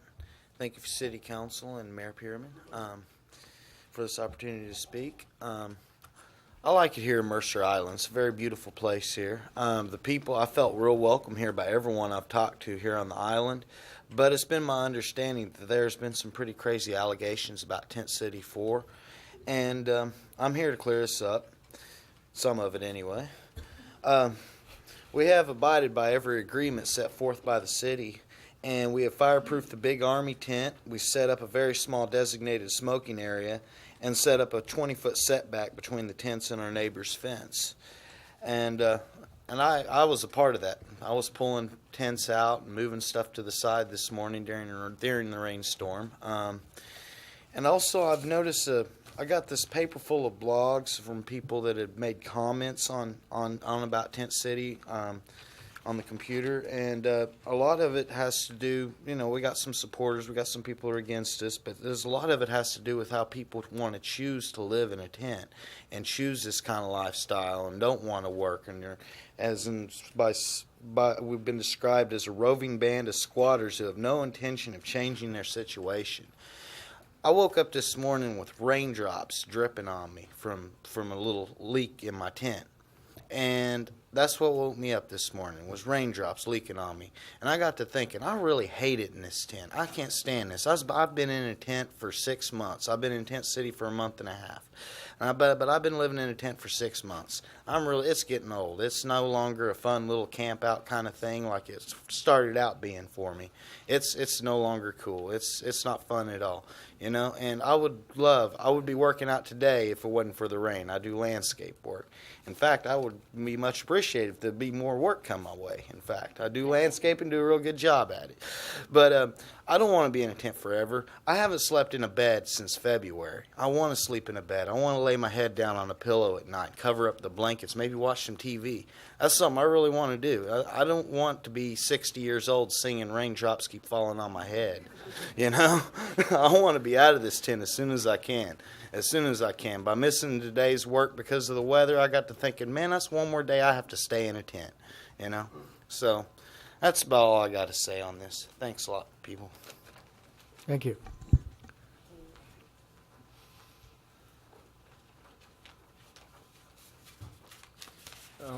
Good afternoon. Thank you for this opportunity to clear some airs about Tent City 4. A lot of things has been said already. I'm going to go over some things that pretty much already been said. But my name is Eric Stewart. And as far as Tent City 4, we've heard some wild and crazy rumors that he's already said. And I like to set the record straight that from the website of Mercer Island, the blog, Tent City 4, we believe we have the right to privacy, but we understand the neighbors are curious about Tent City 4. And we have no secrets to hide.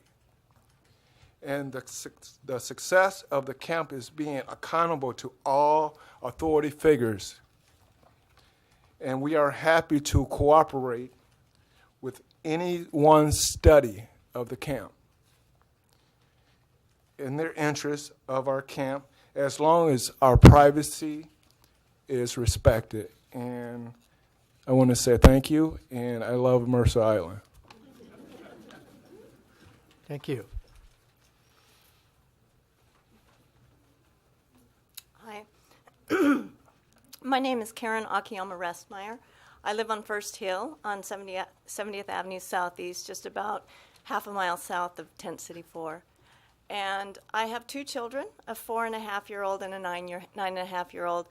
And just like other mothers on First Hill, I care very much about their safety. But I view Tent City as a great opportunity for them and for me as well, because I see it very much as an opportunity to reach out to other citizens, other residents now of Mercer Island. And I want to take the opportunity for them to learn about other people who are facing a hard situation in their lives. And, when the opportunity came up and I learned they were going to be our neighbors, I immediately gathered some friends and said, hey, let's reach out, let's prepare a meal, let's get our kids, let's volunteer. I think this is a good thing, and that's what we're going to do. We still bike by Tent City to go to the Lid, to go to the park. We walk by there. I don't notice that much different.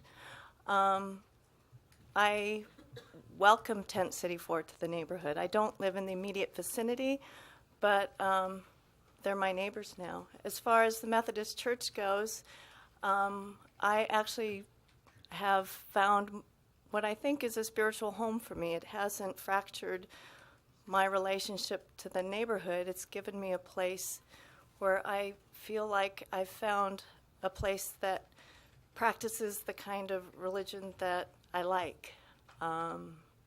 So I found this to be a very positive experience for me in my neighborhood. I think we live in such a beautiful place, but I think the lake acts like a moat sometimes for us between Mercer Island and the outside world. And I think this is a way for us to engage more with the outside world, and I think we should take advantage of that opportunity. Thank you. Thank you.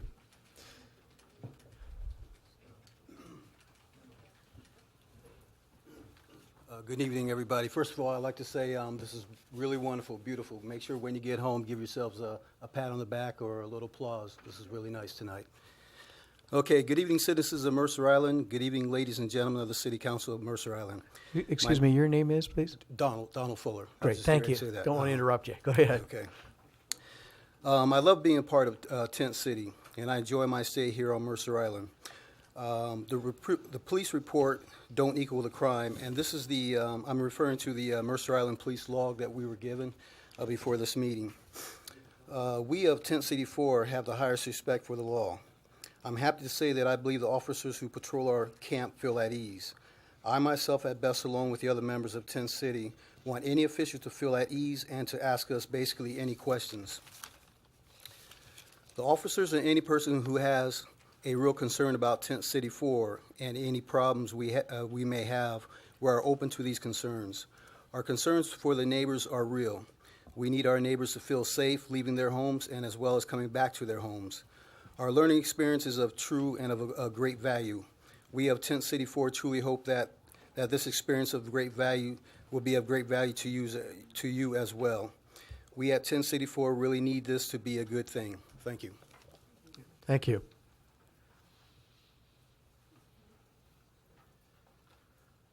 Good evening. I'm Orm Sherwood, 7444 West Mercer Way. I'm struck by the fact that I spent a number of years on the board of trustees of the Lutheran Compass Center, and we were dealing with the homeless in Pioneers Square. And despite my best efforts, we did not eradicate homelessness. We worked at it, we made a little difference, and so have you. Thank you. Thank you. My name is Dean Pollock, 6580 81st Avenue Southeast on Mercer Island. I won't read the letters, but I have two letters here, one addressed to the City Council and one to the United Methodist Church, thanking you for your leadership and direction in bringing Tent City 4 to Mercer Island. As a faith community, this gives us a real chance, and not only people of faith, but everybody on Mercer Island, a real chance to give a hands up to people versus a handout. I'll have to admit that when I first got involved with Tent City through Holy Trinity, we had a congregational meeting, and I was a very skeptical person when I came there, had all the reasons why we shouldn't have Tent City on Mercer Island. After I left that meeting and had a chance to meet some of the people at Tent City, I changed my mind, and now I'm co-chairman of Holy Trinity to lead the charge of our congregation helping the United Methodist Church. We have, I think, 13 days where our congregation will serve the dinner, cook the dinner and serve the dinner to the community. What changed my mind was really three people. I'll just talk about two of them. They were a husband and wife, had been living in Tent City, I think, about 2 months. He was going to school to become a cook, and she had a job at a fast food restaurant. And I had a chance to break bread with them that morning and listen to what their dreams were. And their dreams were not to live in Tent City. Their dreams were to go out and get good jobs where they could support themselves, have a family, and be just like many of us. Probably not like most of us in this room, though, because most of us are blessed in the gifts that we've been given. And it's our responsibility as citizens of Mercer Island to take some of our gifts and give it back to people who are trying to improve themselves. Thank you. Thank you.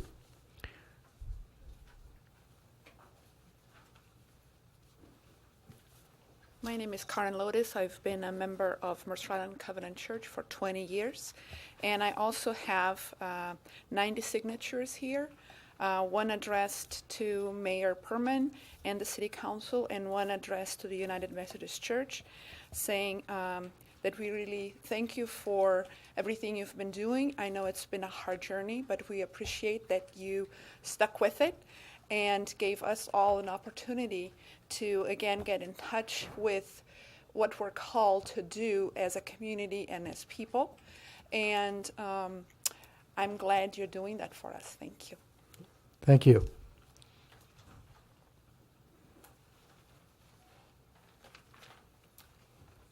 I'm Trella Hastings. I belong to Emmanuel Episcopal Church. My address is 4650 89th Avenue Southeast, and I appreciate the chance to speak here. We all have choices in life. When faced with being down in luck, the Tent City folks could have chosen to be on the streets and not to work. They could be panhandling. Or they could courageously begin their journey to better themselves and be in gainful employment and work towards independence. Those of us living on Mercer Island have the choice to oppose and fight against the presence of those in a lesser life situation, or to seize the opportunity to accept and help them in their struggles. In 3 short months, they will be gone from the island. We all have 3 months' opportunity to open our minds and hearts to them, even offering help if you so choose. There will be no differences in your lifestyles. You may not even notice they were ever here when the 3 months are up. Most of them go to jobs every day, like you. They are not only subject to our community's laws, but also to the strict laws set up within Tent City. It is possible someday some of us may be on the receiving end from them. My choice is to follow the Christian teachings that I grew up with. I hope many of you will do the same and join me in welcoming these citizens to our community for the short time they are here. Seize the opportunity and befriend those in need. I'll finish with a passage from Matthew in the New Testament. And Jesus shall answer and say to them, truly I say to you, inasmuch as you have done it to one of the least of these my brothers, you have done it to me. It's your choice. I've made mine. Thank you. Thank you.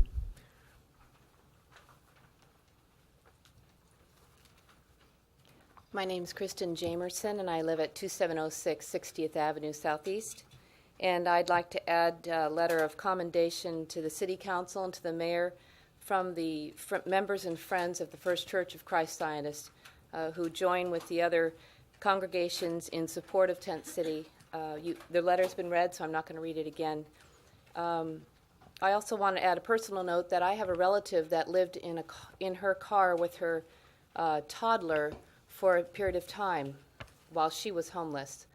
And I can't imagine this relative, if that car had broken down or that car was not available to her, of her living on the street. So I'm very grateful for the temporary encampment of homeless people and that Mercer Island has chosen to receive them for this period of time. Thank you. Thank you.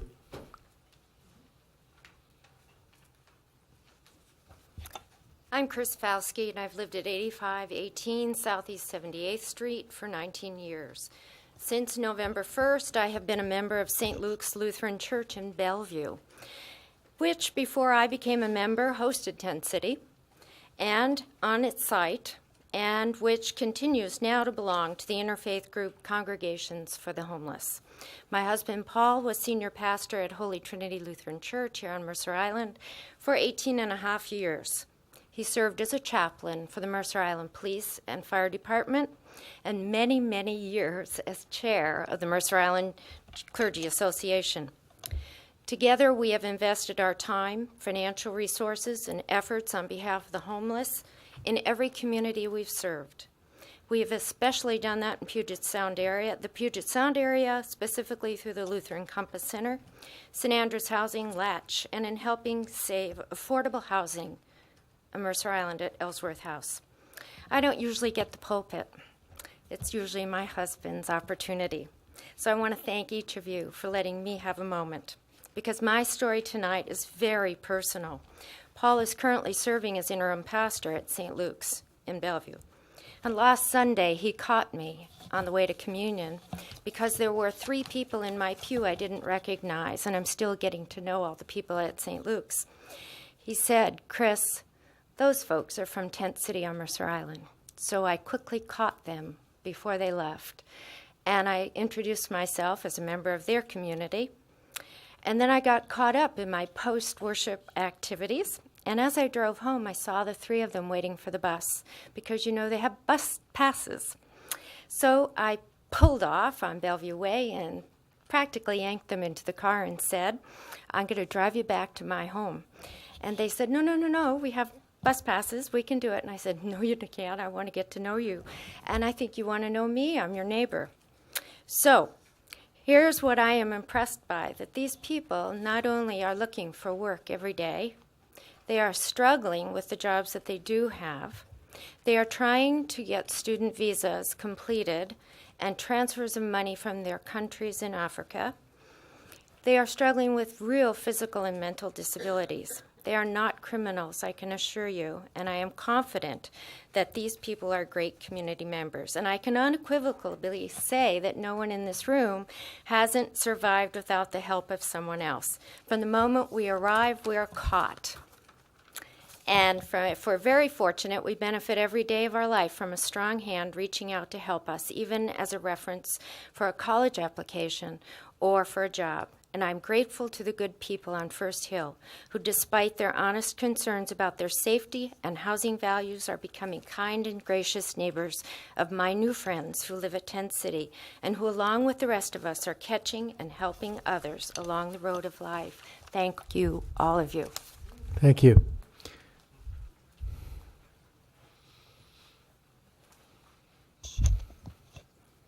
Good evening. My name's Tom Haywood, 9105 Fortuna Drive, Mercer Island. Let me say this has been an interesting process. It's been said the most dangerous thing about communication is the illusion that it happens. And it's apparent a lot of goodwill communication has been somewhat crossed up on occasion, but again, with well-intentioned people, the process can go forward. Like many others before me, I have a letter of commendation signed by 100 of my neighbors for the council and their support of this process, which has brought Tent City here. Thank you. Thank you.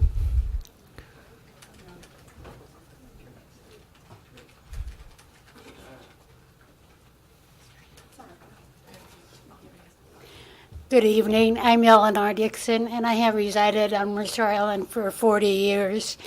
And I want to say I am so tickled pink with Tent City, and I like Mercer Island too. I have a love-hate relationship with it, but I want to say thank you for breaking the mold. Maybe before this is over, we'll make Life magazine again. When I first built on Mercer Island, we made the cover of Life magazine in 1967 for being an affluent society where Mom, and I was one of them, although I lived someplace else, sat upstairs in our 2 or 3 split-level homes at that time and drank alcohol because we thought it was okay, while our kids sat downstairs and smoked pot and eventually a lot of other things. And for all of us that have been here for 40 years or no, we know that we have a community of people who are recovered from alcoholism. I'm one of them. We've had a group at Mercer Island, Trinity, no, it's not Trinity. It's, anyway, at the Episcopal Church for I have 32 years of sobriety, and they have been meeting in AA at that time. I easily could be a member of Tent City 4, and I thank my higher power that I'm not, and I'm so blessed that I have been attending Mercer Island United Methodist for the last 2 weeks in support of Tent City, and have heard testimony from the residents of Tent City 4, and also, especially on this Sunday, a resident of Mercer Island who said thank you to Tent City for reminding him he had become too comfortable. I, too, have become too comfortable on Mercer Island. Thank you so much. Thank you.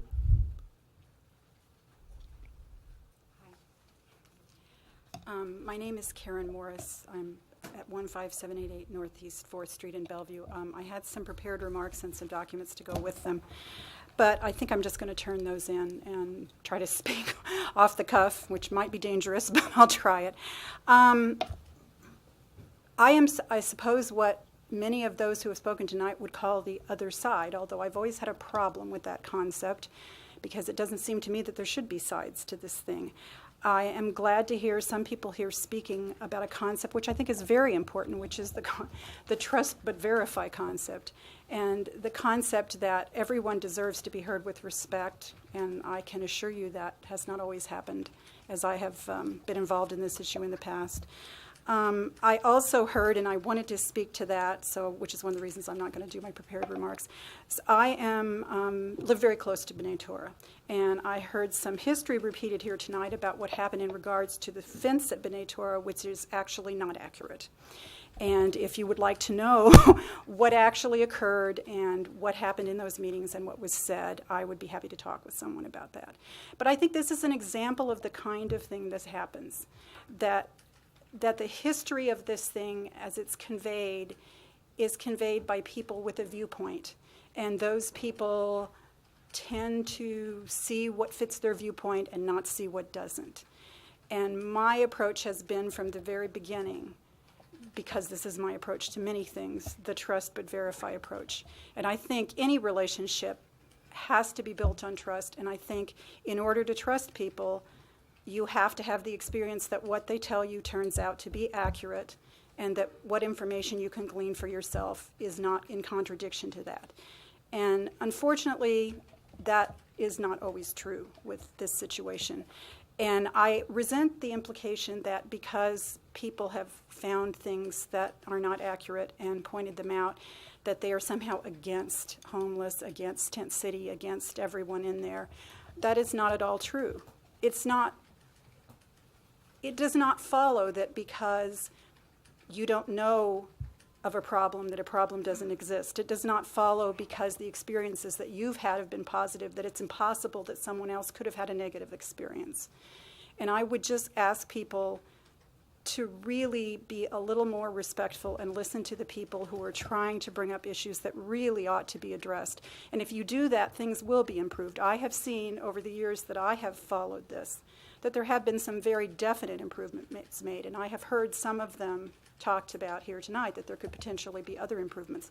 But those improvements have never happened by just accepting things at the presented face value and not digging into it. They've only happened because people like myself have dug into it, have brought things forward, and things have changed. And I don't think that's a bad thing.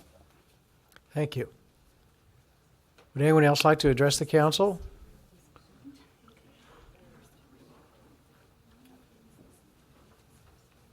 Good evening. My name is Steve Oakes, and I reside at 2423 71st Avenue Southeast. I've stood before the council at previous meetings and tried to identify safety concerns and holes that I felt needed tightening up. And I want to compliment those council members that spoke up tonight. It's the first time that I've really felt like some of those concerns were being addressed in a meaningful way. And so I'm encouraged that some of these issues are being addressed, and hopefully with the help and assistance of Katie Knight, we'll get some resolution on those items. So I guess I'd just start by saying thank you for that.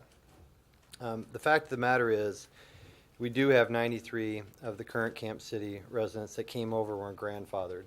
And so, Ed, based on the discussions I've had with you personally and with Detective Harrison, I'm a little surprised that you can have any confidence that these warrant checks are or are not being carried out. We really have no basis. You haven't been able to closely examine the logbooks, and we've got 93% at least of the population when they came over that we have no idea. And so I would just encourage that we continue to work and continue to get that information in a thoughtful, deliberate way so we can strike a balance between everybody's interests here to do well and to provide temporary housing for these folks, but at the same time, address some of the security and safety concerns of the current residents, not only in the immediate area, but in the community as a whole. And if you don't find near-term resolution, I would encourage you to send a notice that they're in violation of the temporary use agreement pursuant to Section 5 and give them 14 days to cure. And what we do know is that we don't know if it's been 3 days, 3 weeks, or 3 years since these background checks have been had, right? And I think at a minimum we should find that out. How recent, how stale of a check have we had, or do we have?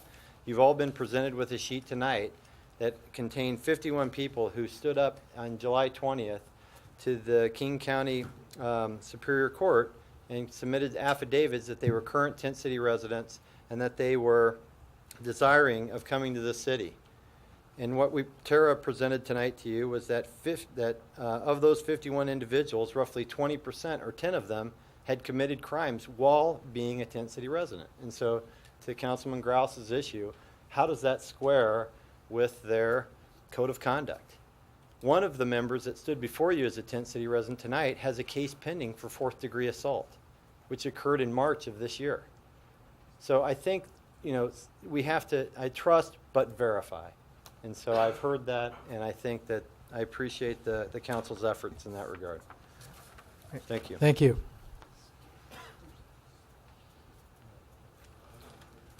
Excuse me, I'm kind of nervous and I haven't done this before. My name is Salathil King Stovall, and I'm a member of Tent City 4. I'd just like to speak about basic human instincts, human nature.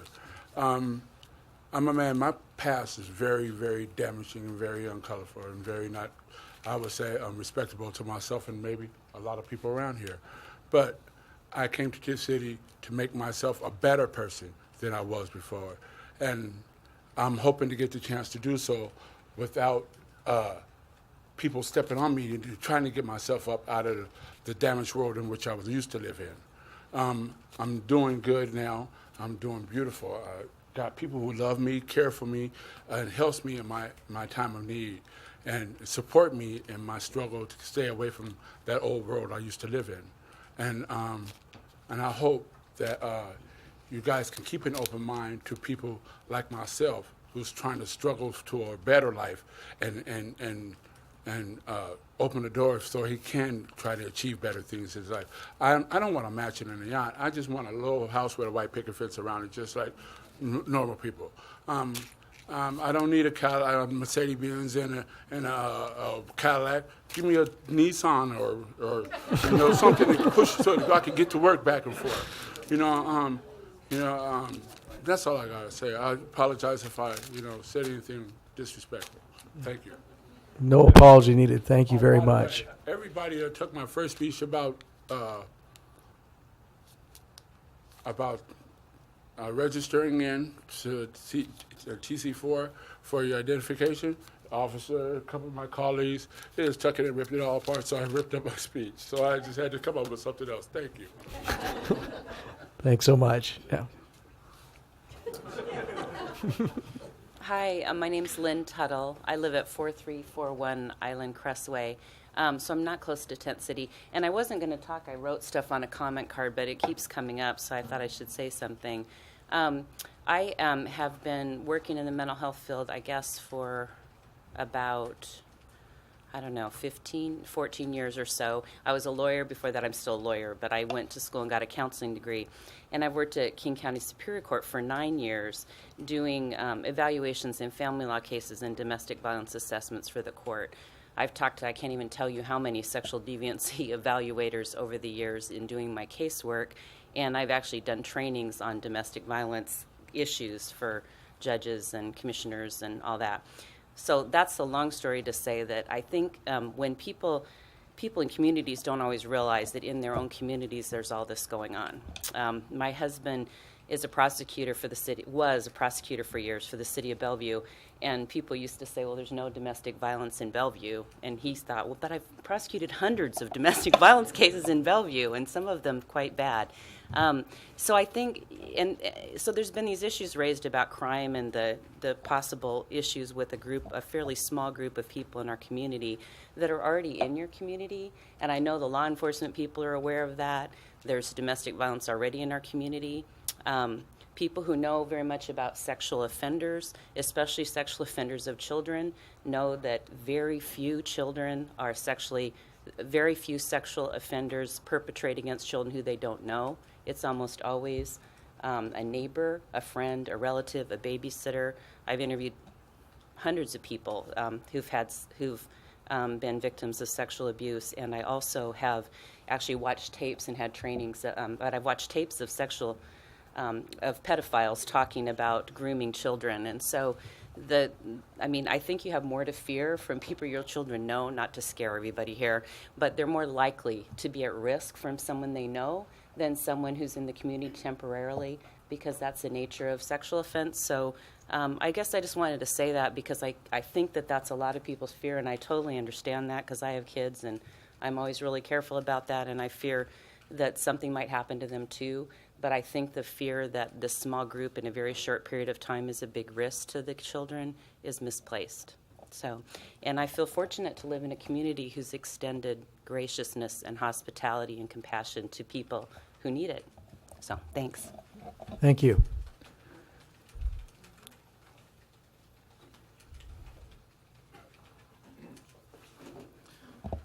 My name is Chick Hodge, and I'm at 4235 Holly Lane on the island.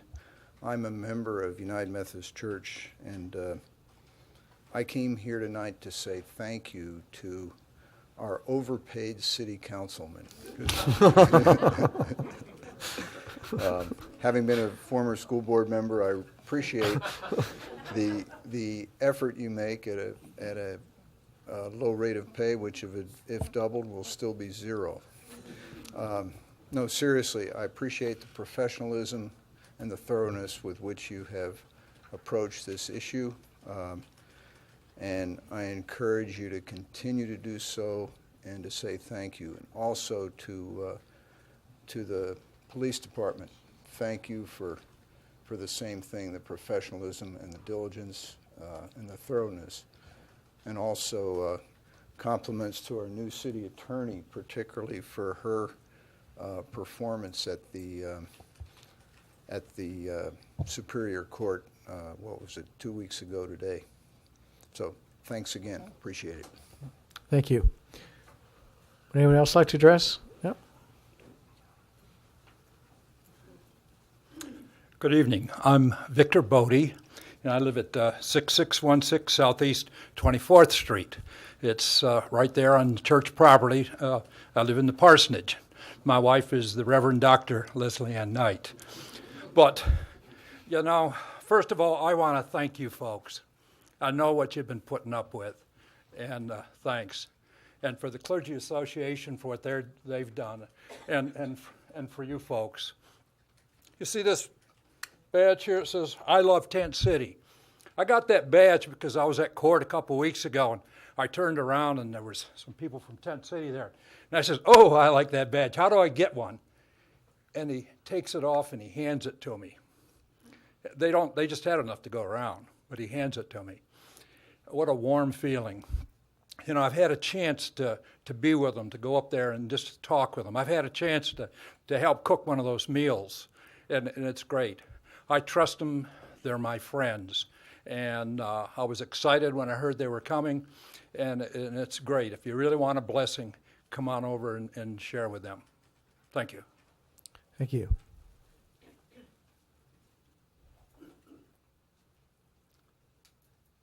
My name's Jim Mainers, and I live in Bellevue, Washington, on the South Hill over near Somerset. And 25 years ago, I came here and attended Mercer Island United Methodist Church, fell in love with it, and I've been here for 25 years. I want to take this opportunity also to thank this council and the mayor. I've been totally impressed. I think I need to visit the Bellevue City Council a little bit more often and see how they operate. But I just wanted to make a little announcement, and I just wanted to offer a ride as I head home to any of the Tent City residents that are still in attendance here, and I can take 4 at a time legally, and I will be legal, and I will make as many trips as need be. So please stick around, and I'd be happy to take you home. Thank you.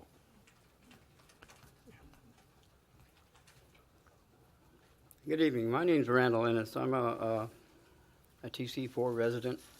I just want to bring up something that was on the Mercer Island Reporter blog. Some people seem to think that our residents, some of them, the executive committee, and our camp advisor are paid to do what they do there. There is nobody paid at Tent City 4. We have different duties we do at day and at night, 24 hours a day, and the only pay we get is a safe place to sleep. Thank you. Thank you.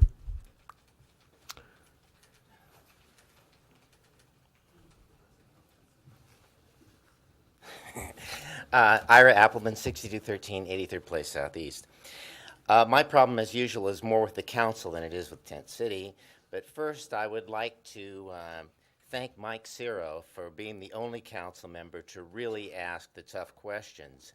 And you could see by the reaction to him how he's yelled down by Litzow and by some of the others that that's the cost of disagreeing in this council, and I appreciate his courage in accepting that cost. My prepared comments tonight are about what I see as the increasing cronyism in this council, that well-connected people get special privileges, and generally it's the neighbors who suffer. Now, you wouldn't think that the Tent City members are well-connected people, which they're not, but the Clergy Association is well-connected. Those who've ever tried to do something with their land, with the land use which the land use code that does not explicitly allow in the zone the land is located, know that they must first go to City Hall, fill out an application, and pay a substantial fee. Often, they must also fill out a State Environmental Policy Act SEPA checklist. Their land must be posted with a notice board, such as the ones that you see all over the island, and neighbors within 300 feet must be notified by mail, and a public hearing must be held before any decision is made by the city. That didn't happen with Tent City. They were allowed to go through the process without doing any of that. They didn't have to go through the process. They were let in the side door and let through without following any of these rules. I've noticed that that's happened with other groups.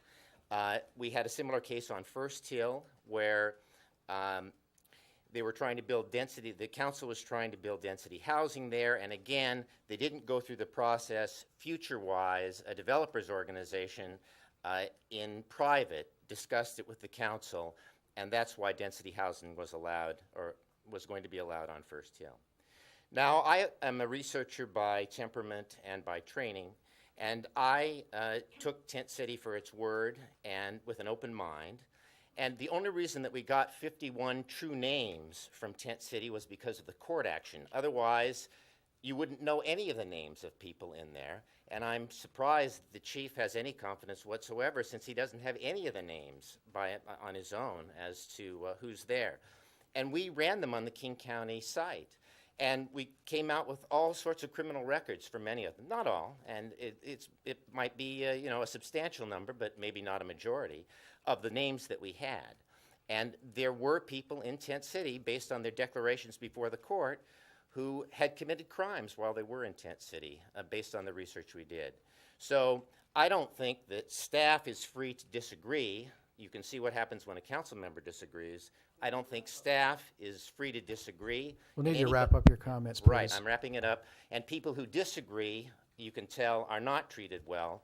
And staff is not free to disagree.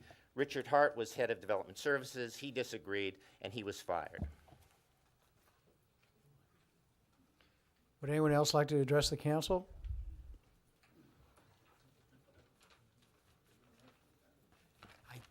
Jim Ogilvy's my name, 8433 Southeast 37th.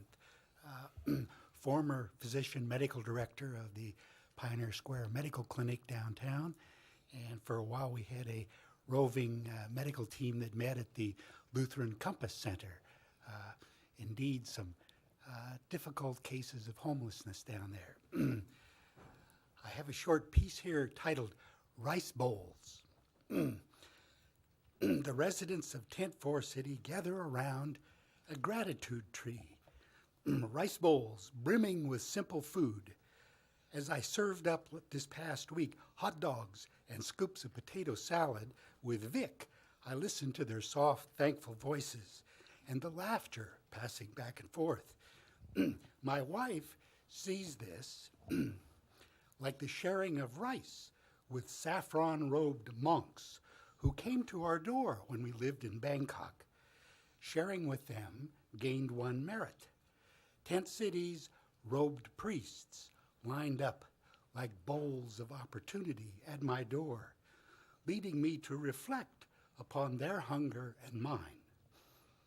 Their empty bowls reflected my own hunger, and their quiet gratitude filled my larder with long-grain rice. At whose door do I hold out my bowl? Have I been blind to another's need this week? Their shared grains of life relieve my hunger. One of them said, I just spent the day with my teenage daughter. She needed me. His sharing words ease and sate my need. I, in my mustard-stained apron, am filled with something new, grains of gratitude from his casual sharing. We each are an empty bowl going from door to door. We each have a larder of rice hidden in his heart.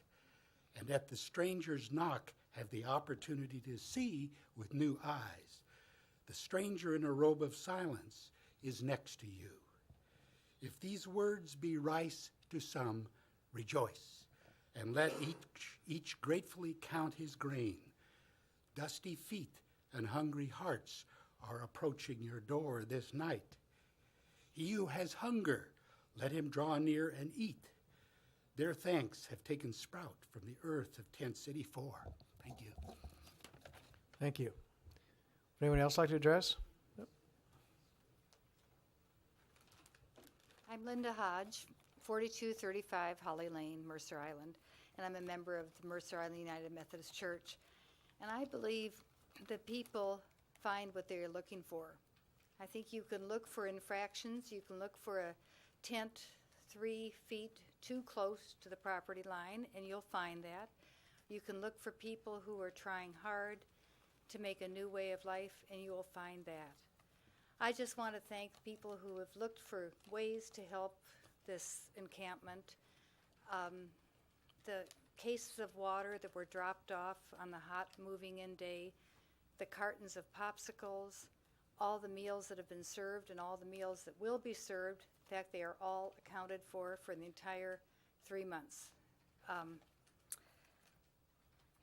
want to thank people who came by on their birthday to serve dinner.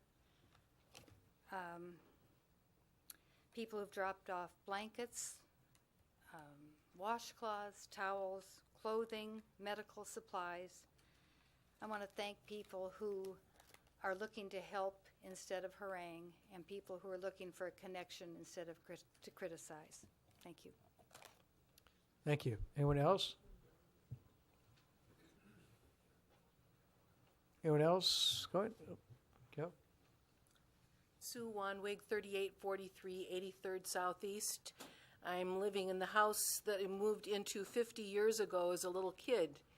And actually, right behind me, there was a crack house a couple of years ago. And then about a year ago, the young man living to my left was arrested a couple of times. And I thought about it. I got forwards and backwards and right and left. I've got 2 out of 4.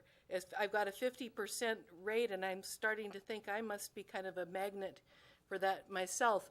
But as I spent about 14 years working at the Lutheran Compass Center, which you've heard of, shelter for homeless people, and also service center for people who are still out on the street. And I wonder if we realize what it takes in terms of discipline and putting up with having to shush at night, as others of us don't have to do, just what discipline it takes to live in a tent city. Compass Center has many layers of care. We had people in transitional houses out in neighborhoods. We had people in transitional shelter, in emergency shelter, and then things like showers for people who couldn't even handle the structure of an emergency shelter. A lot of the people we actually placed in permanent housing would not have been able to handle life in Tent City. Had one fellow that moved there, and he didn't commit a crime or anything, but he said there's too many rules, and he moved back to the shelter. So I think about what it takes to live in those situations, and I don't know if I could do it myself, but I support Tent City. Thank you. Thank you. Anyone else like to address council?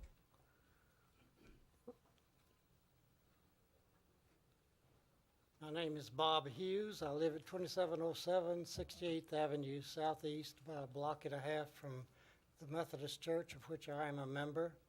My remarks are very brief. I think that we are beginning to discover, especially based upon what we have heard tonight, that we on Mercer Island, we in the Methodist Church, we in the churches of Mercer Island need Tent City more than Tent City needs us. Thank you. Thank you. Anyone else? Going, gone. Okay. Well, thank you all very much, and we're going to bring it back to the council right now. And I want to say I know it's scary to talk in front of this many people. I thought everyone did a great job, and everyone was very respectful to each other. So thank you very much. With that, we'll bring it back to the council, and I think we have not given any direction, but I have a few points here that maybe I'll start with, and then you guys want to add to this list and see how we feel about it. The first thing was I heard an interest with Tara Johnson's list, to check that list, to have the chief check that list for relevancy. Is there interest on the council to do that? Yep. Can I go back to how's he going to do that? I don't know. That's That- the staff person to. Okay. And I'm well, I understand where they got it from, and I'm comfortable, but this has been one of the fundamental issues of there's claims that they're still living at Tent City. We've had 15 people move out, 29 people move in. Is Ed going to walk through and check each one?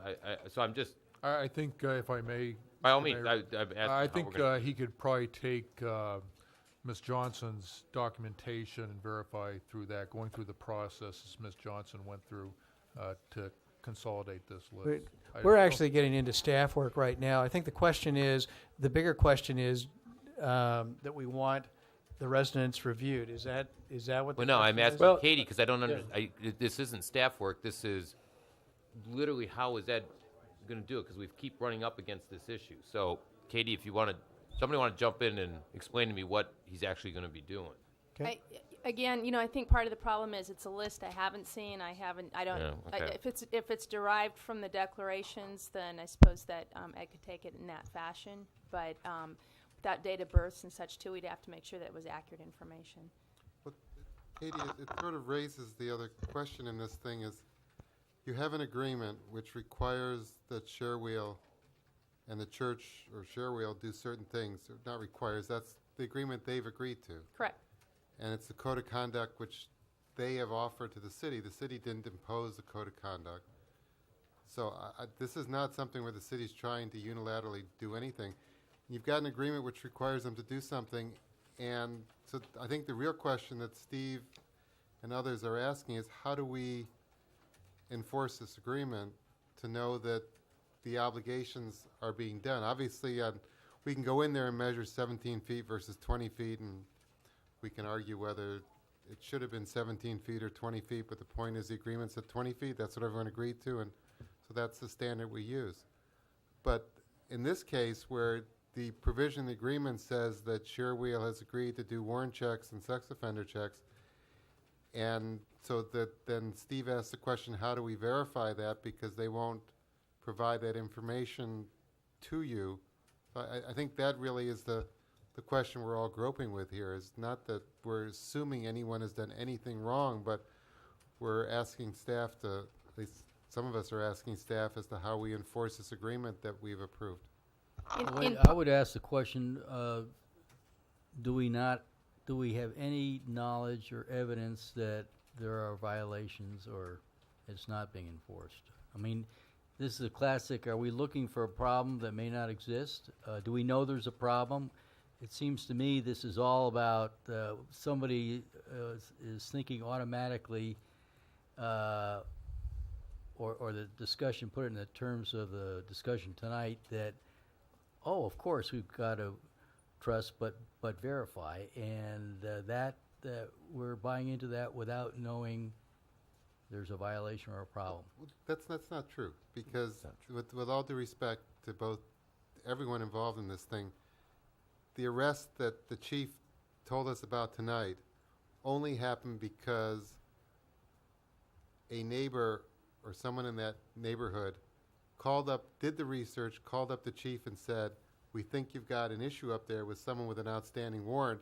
The chief then verified it with the police department, verified it, and they went up and arrested somebody. So it's not fair to the people here to suggest that there's no evidence of something up there. Now, again, that may be an isolated case, but you ask, is there any indicator that maybe the system isn't, that there's you ask whether there's any indication of all whether there's an issue up there, and that case alone suggests that you've got a system where there's no way of knowing that the agreement's being complied with. So again, I just go back to the question, and I know, Katie, you're talking with the attorney for Sherwill, is how do we get to the point where we can actually put some substance into this obligation that they've accepted? And that's the conversation I'm having with him. I'm a little reluctant in light of the lawsuit being So- filed to go expand too much on Well, it. let me ask you this. If we've identified this, Katie, that we're going to be reviewing this every council meeting with an update, you'd be prepared to address this issue at the next council meeting? I'd be happy to. But Okay. there's a more specific question which Mike has raised, which is we have a list of 10 people here that there are outstanding violations, 2 that say they're outstanding warrants. I can understand very quickly how Ed can go look at this and run that check. What I don't understand is what does he do with that information? Let's assume for a moment this is all true. What happens then? What? Or even half of it's true. Pick your number. But I still then go, okay, now Ed says, yep, of the 10 people we've identified here that have been presented by Ms. Johnson, 5 of these are accurate. Pick a number. Now what does he do? I have. Well, I have why don't you ask the chief?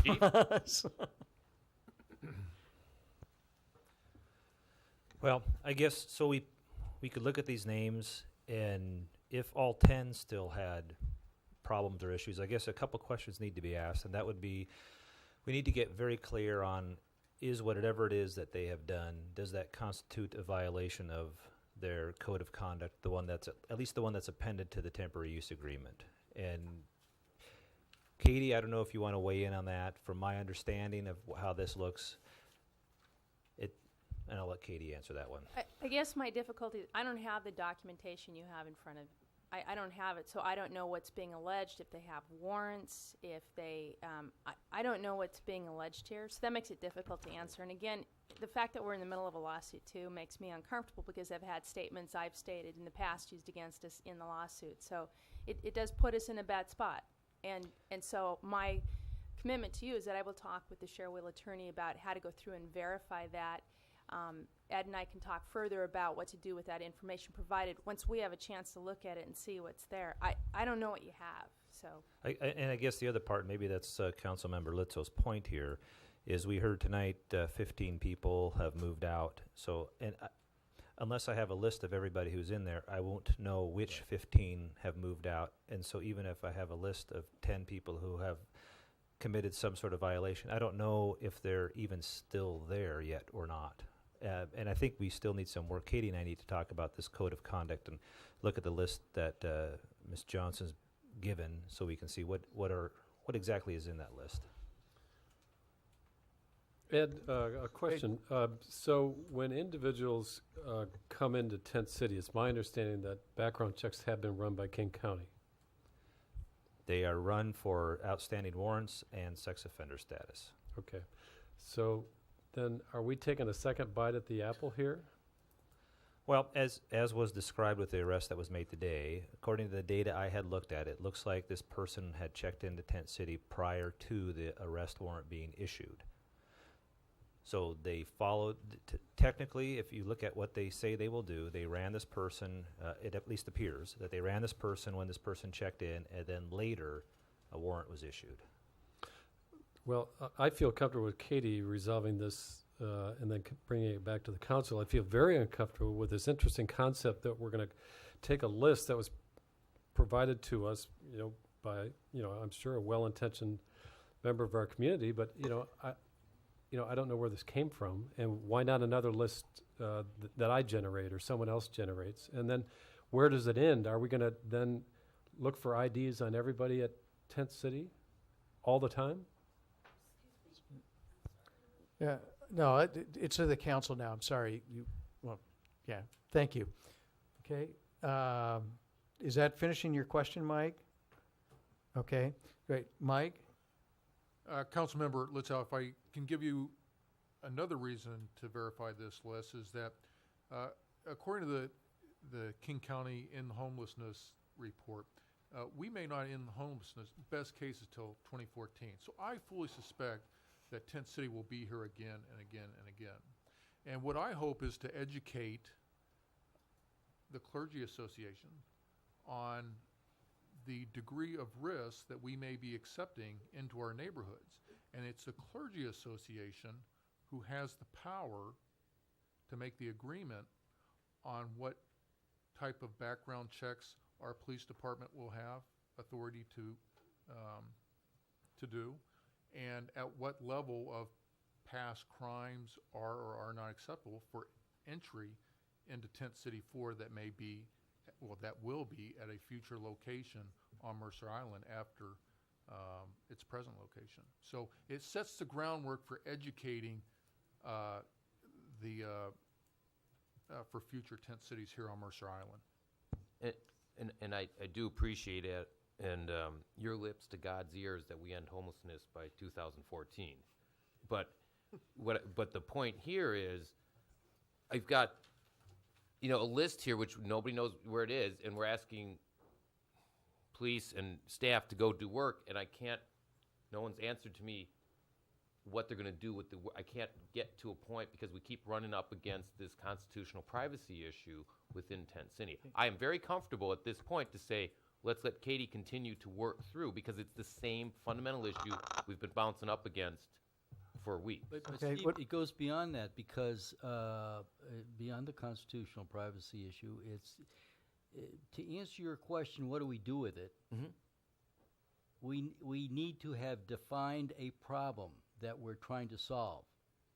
We haven't done that. We're being asked to do something out of fear that maybe something's there.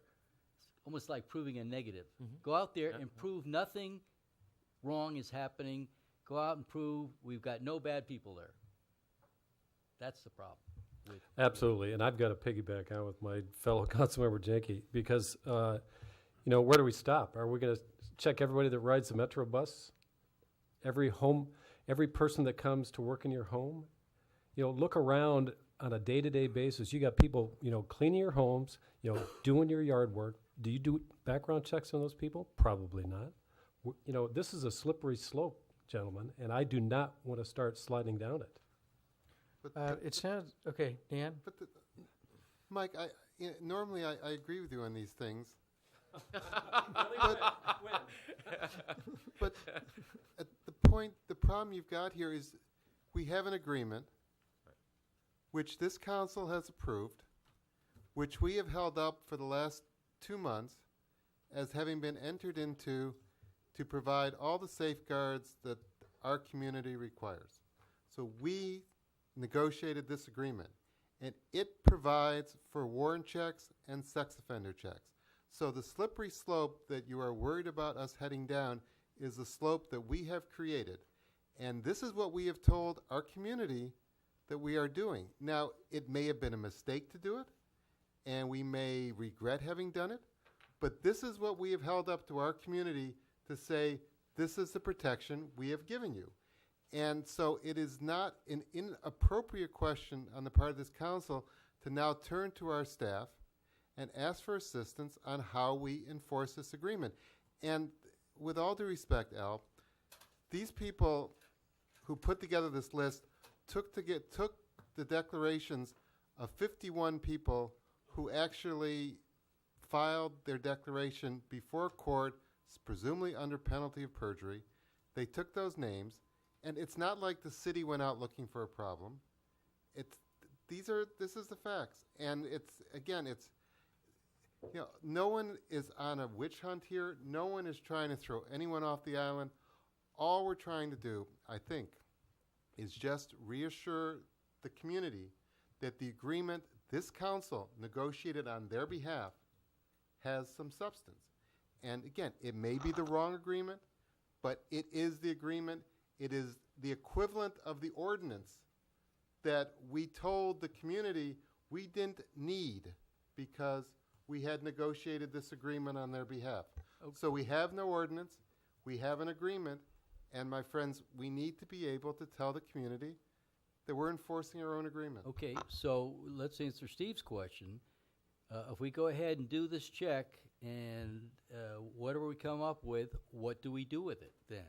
If And you know, if there are violations, what happens? If but you know, from what they said, Al, tonight, and I appreciate their candor on that. When I asked them, if you have someone in your midst who commits a crime while they're living in Tent City, they said with no equivocation whatsoever, we don't want that person in Tent City.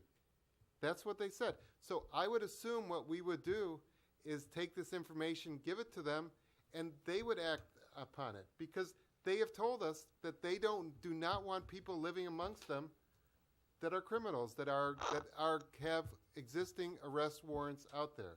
Dan, So that's all. a great solution. Let's give this list to Tent City and go ahead and have them go check it out, investigate it, and take action. Yeah, and Dan, just for clarification, at no point did we agree that we were going to do background checks on everybody in Tent City. I mean, we have provisions in there, which is why I asked the question about the King County background checks. We have provisions in there for King County to do that. So I think it's a bit misleading when you say that we're providing this safety net for our citizens, particularly on First Hill, that we're going to, you know, you're assuming that we're going to go out and check everyone that's in Tent City. You know, based on recent crime figures, I would probably suggest we do the same thing for your neighbors on First Hill. Right, but we also put in agreement that they'll comply with all requirements of the Mercer Island City Department related to prospective residents identified as sex offenders or having outstanding warrants. That was the whole clause in there that allowed the chief of police to do what he believes is necessary to maintain safety in the island. So we go back to the original question. Here's a list, right? Run the checks. If this is the solution, and I know, and I am comfortable at this point, then Katie Knight says, we'll run this and we're working with Tent City to figure it out, that she will get back to us with an appropriate answer. And I know Ed and his staff are on top of it, and I will leave it at that at this moment. Yeah, and I am comfortable with that. I am not comfortable with us taking on this Gestapo role of starting to do background checks. I'm hearing general consensus that this is a high priority issue, that we are having Katie Knight is in conversations right now to get better clarity and communication on this issue, and that our expectation is that it will come back with an update of that communication and future action plans, and I assume that is in working with the chief on this to present at the next council meeting. Is that what I'm hearing from the council? Is that what you want back? No, I heard that, I heard it was clearly split on those who feel that this should get verified, and it's pretty easy to verify. And there's another group that feels that, no, this is not necessary. I will reemphasize that the reason, there's obviously a conflict of interest by taking this at face value because of Ms. Johnson's personal interest, but I have confidence that's right. And we have to give, with Chief is we'll call a spade, and the folks out in the community will respect what he has to say, and if he verifies this list, what that does, it helps educate the Clergy Association, who has the leverage to, whenever they invite these folks, for the next time that Tent City will be here, it gives them better information on the criminal background that some of these folks may have if the proper process that does not include, that includes our department, is not followed. That's the value of having the chief verify this. Okay, let me go back to that question. Maybe if you guys can give me a hand. What I said was the plan was to have Katie and the chief come back to us next meeting, and I assume that this would be a part of that report, would it not? You would want to look at this and other documents and other things. It's not limited at all. You're doing a broad 360 on this and coming back with and I hear what Elle's saying is we don't know if there's a problem or not, but we just wanted clarification on how we're going to go forward in the future on this. Is that what I'm hearing? Well, basically, I think what you're saying is we're going to punt it over to the next meeting and have the staff come back with some idea. Well, they can't do it tonight because the conversation wasn't completed. Otherwise, Exactly. They don't have what we're looking at in front of them. So all we could do, I submit, is to ask them to take a look at this and have some discussions and come back with some ideas for next meeting, and we'll see what we're going to do then. Great. Okay. Do I have concurrence on that? Does that work? Yeah? Yeah. Okay. Fourth and long. 5, okay. All right, there's another issue that came forward in my notes was the fencing. Is there an interest in rechecking the fencing and having that come back? I think 5 you're interested, 1 you're not. Can we just Is there any ability? Comment? well just okay. You got 3 no. Oh, No, wait, wait a minute, he's got I have a comment, thank you. There's not fencing on the north side of this. At the prior location where Tent City 4, when I did my walk around, there was a fence 360 around. I was never,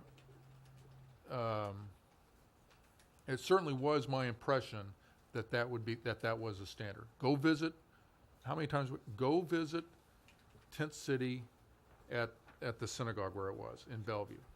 And that's what you're going to get in Mercer Island. Linda, in your discussion on the negotiation, if you will, of the Tent City, I didn't really hear the interests of the neighborhood presented. I heard you and I listened to you about, the privacy issue or of the Tent City 4 residents and the expense issue and everything. But the instructions prior to getting here was go to the synagogue where they were. That's what the fence is going to look like. At least that seemed what the intent that the fence was going to look like. And in your negotiation, I didn't see that we were necessarily representing the best interests of the neighborhood. Well, let me just offer that the best interest of the neighborhood may not be clear even now.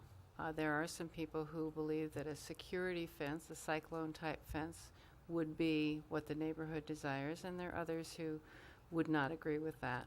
Our agreement with Tent City was to have a site-obstructing fence, and that was consistent with the land use kinds of ordinances that we were looking at, things that govern our land use permissions. And we tried to make this agreement as consistent as possible as we could with the land use type agreements, although we did not speak in our code directly to things like an encampment, temporary encampment.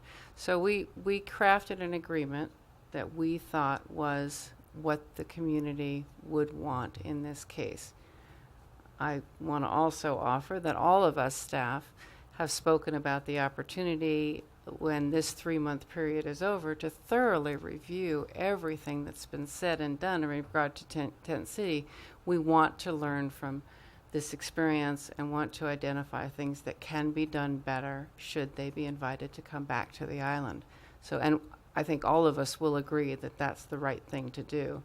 Right now, I would not say that we did something about fencing that was not consistent with what we understood the neighborhood would want. We simply did not have that clear a message, and I think still don't.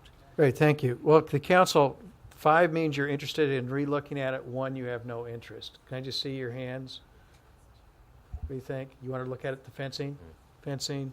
No. 1 fails. Okay. Jim, any other issues? I just want to I just want 2 seconds to explain my vote. We have an agreement. I'm prepared to live with this agreement. This agreement says site obscuring fence or vegetative screen. Right. Doesn't say a chain link fence.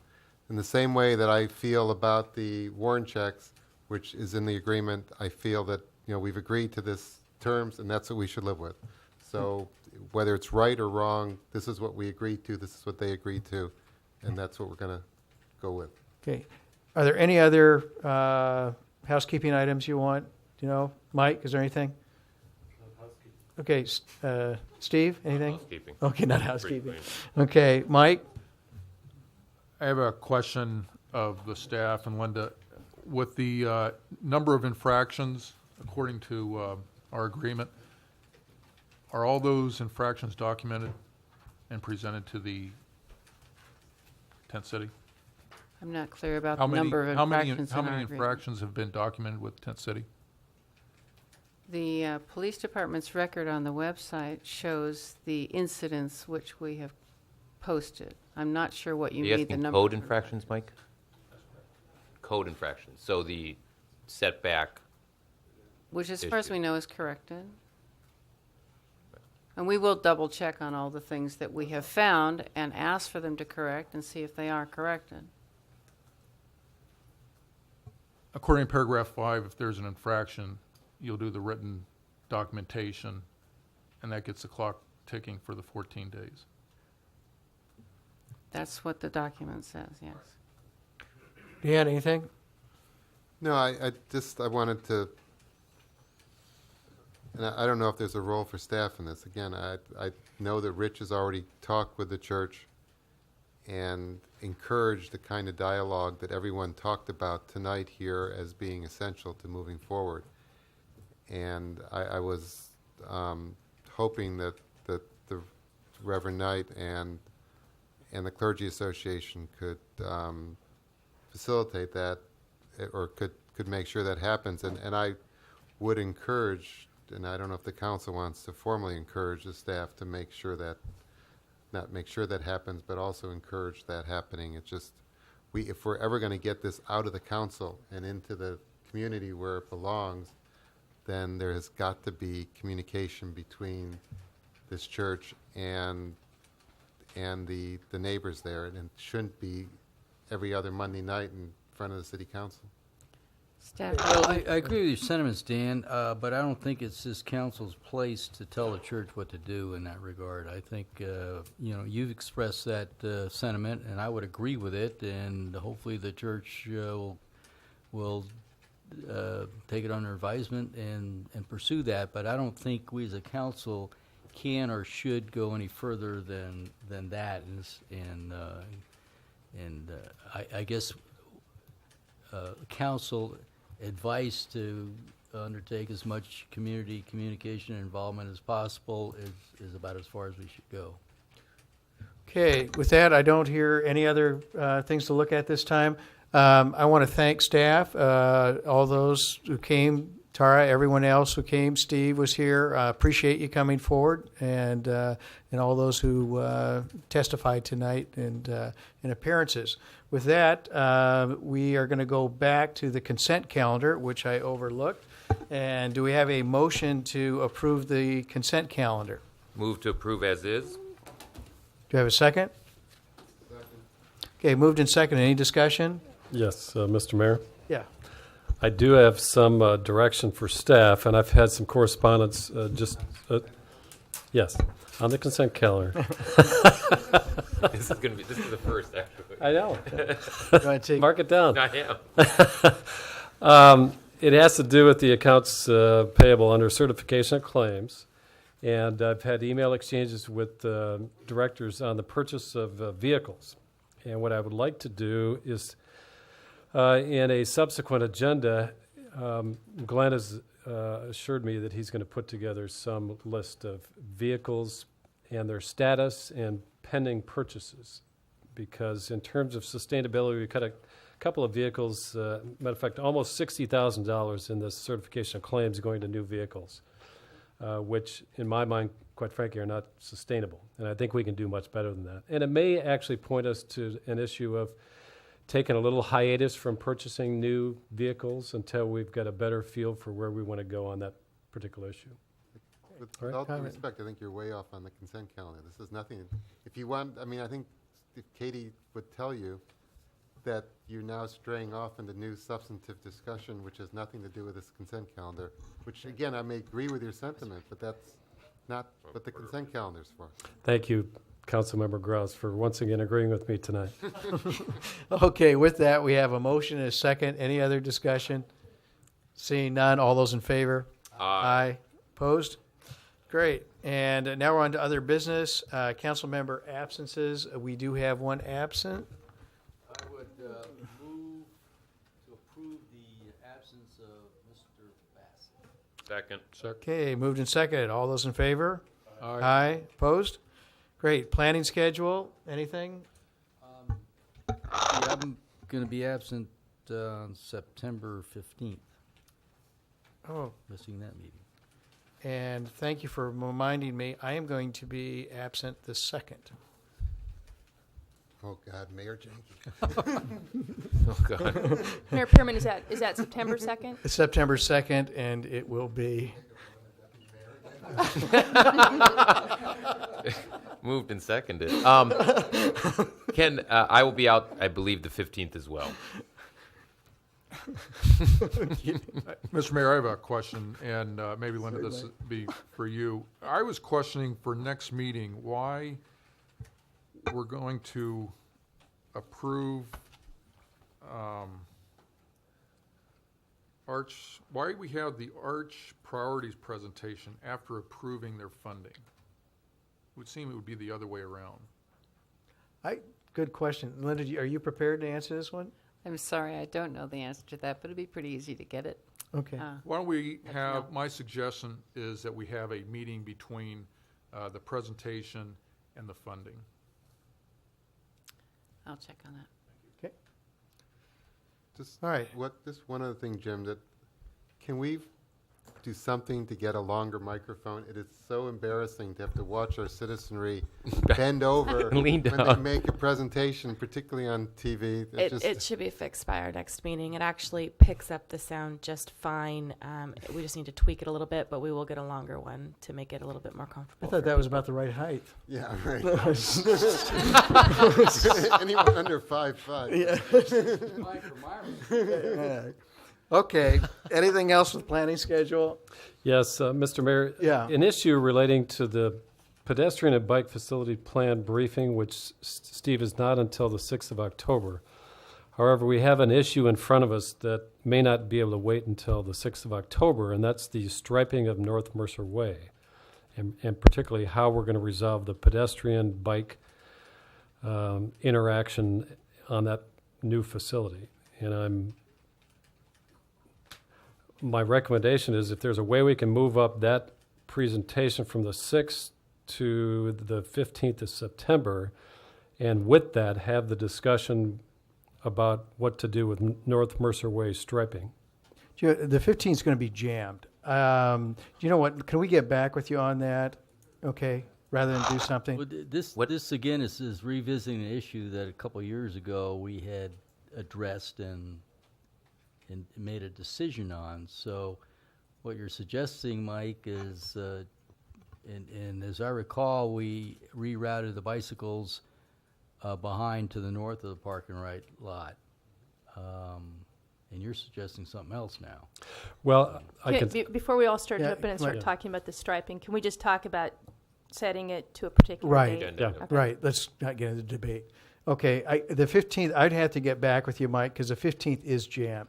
It's really going to be busy. Steve and I are both going to be out, and that's one I'd like to be a part of that discussion. Okay. Do it then. So, all right. So we've noted that there's an issue, and we'll try to work around that. Okay? Very good. Thank you. All right. Any other things on the planning?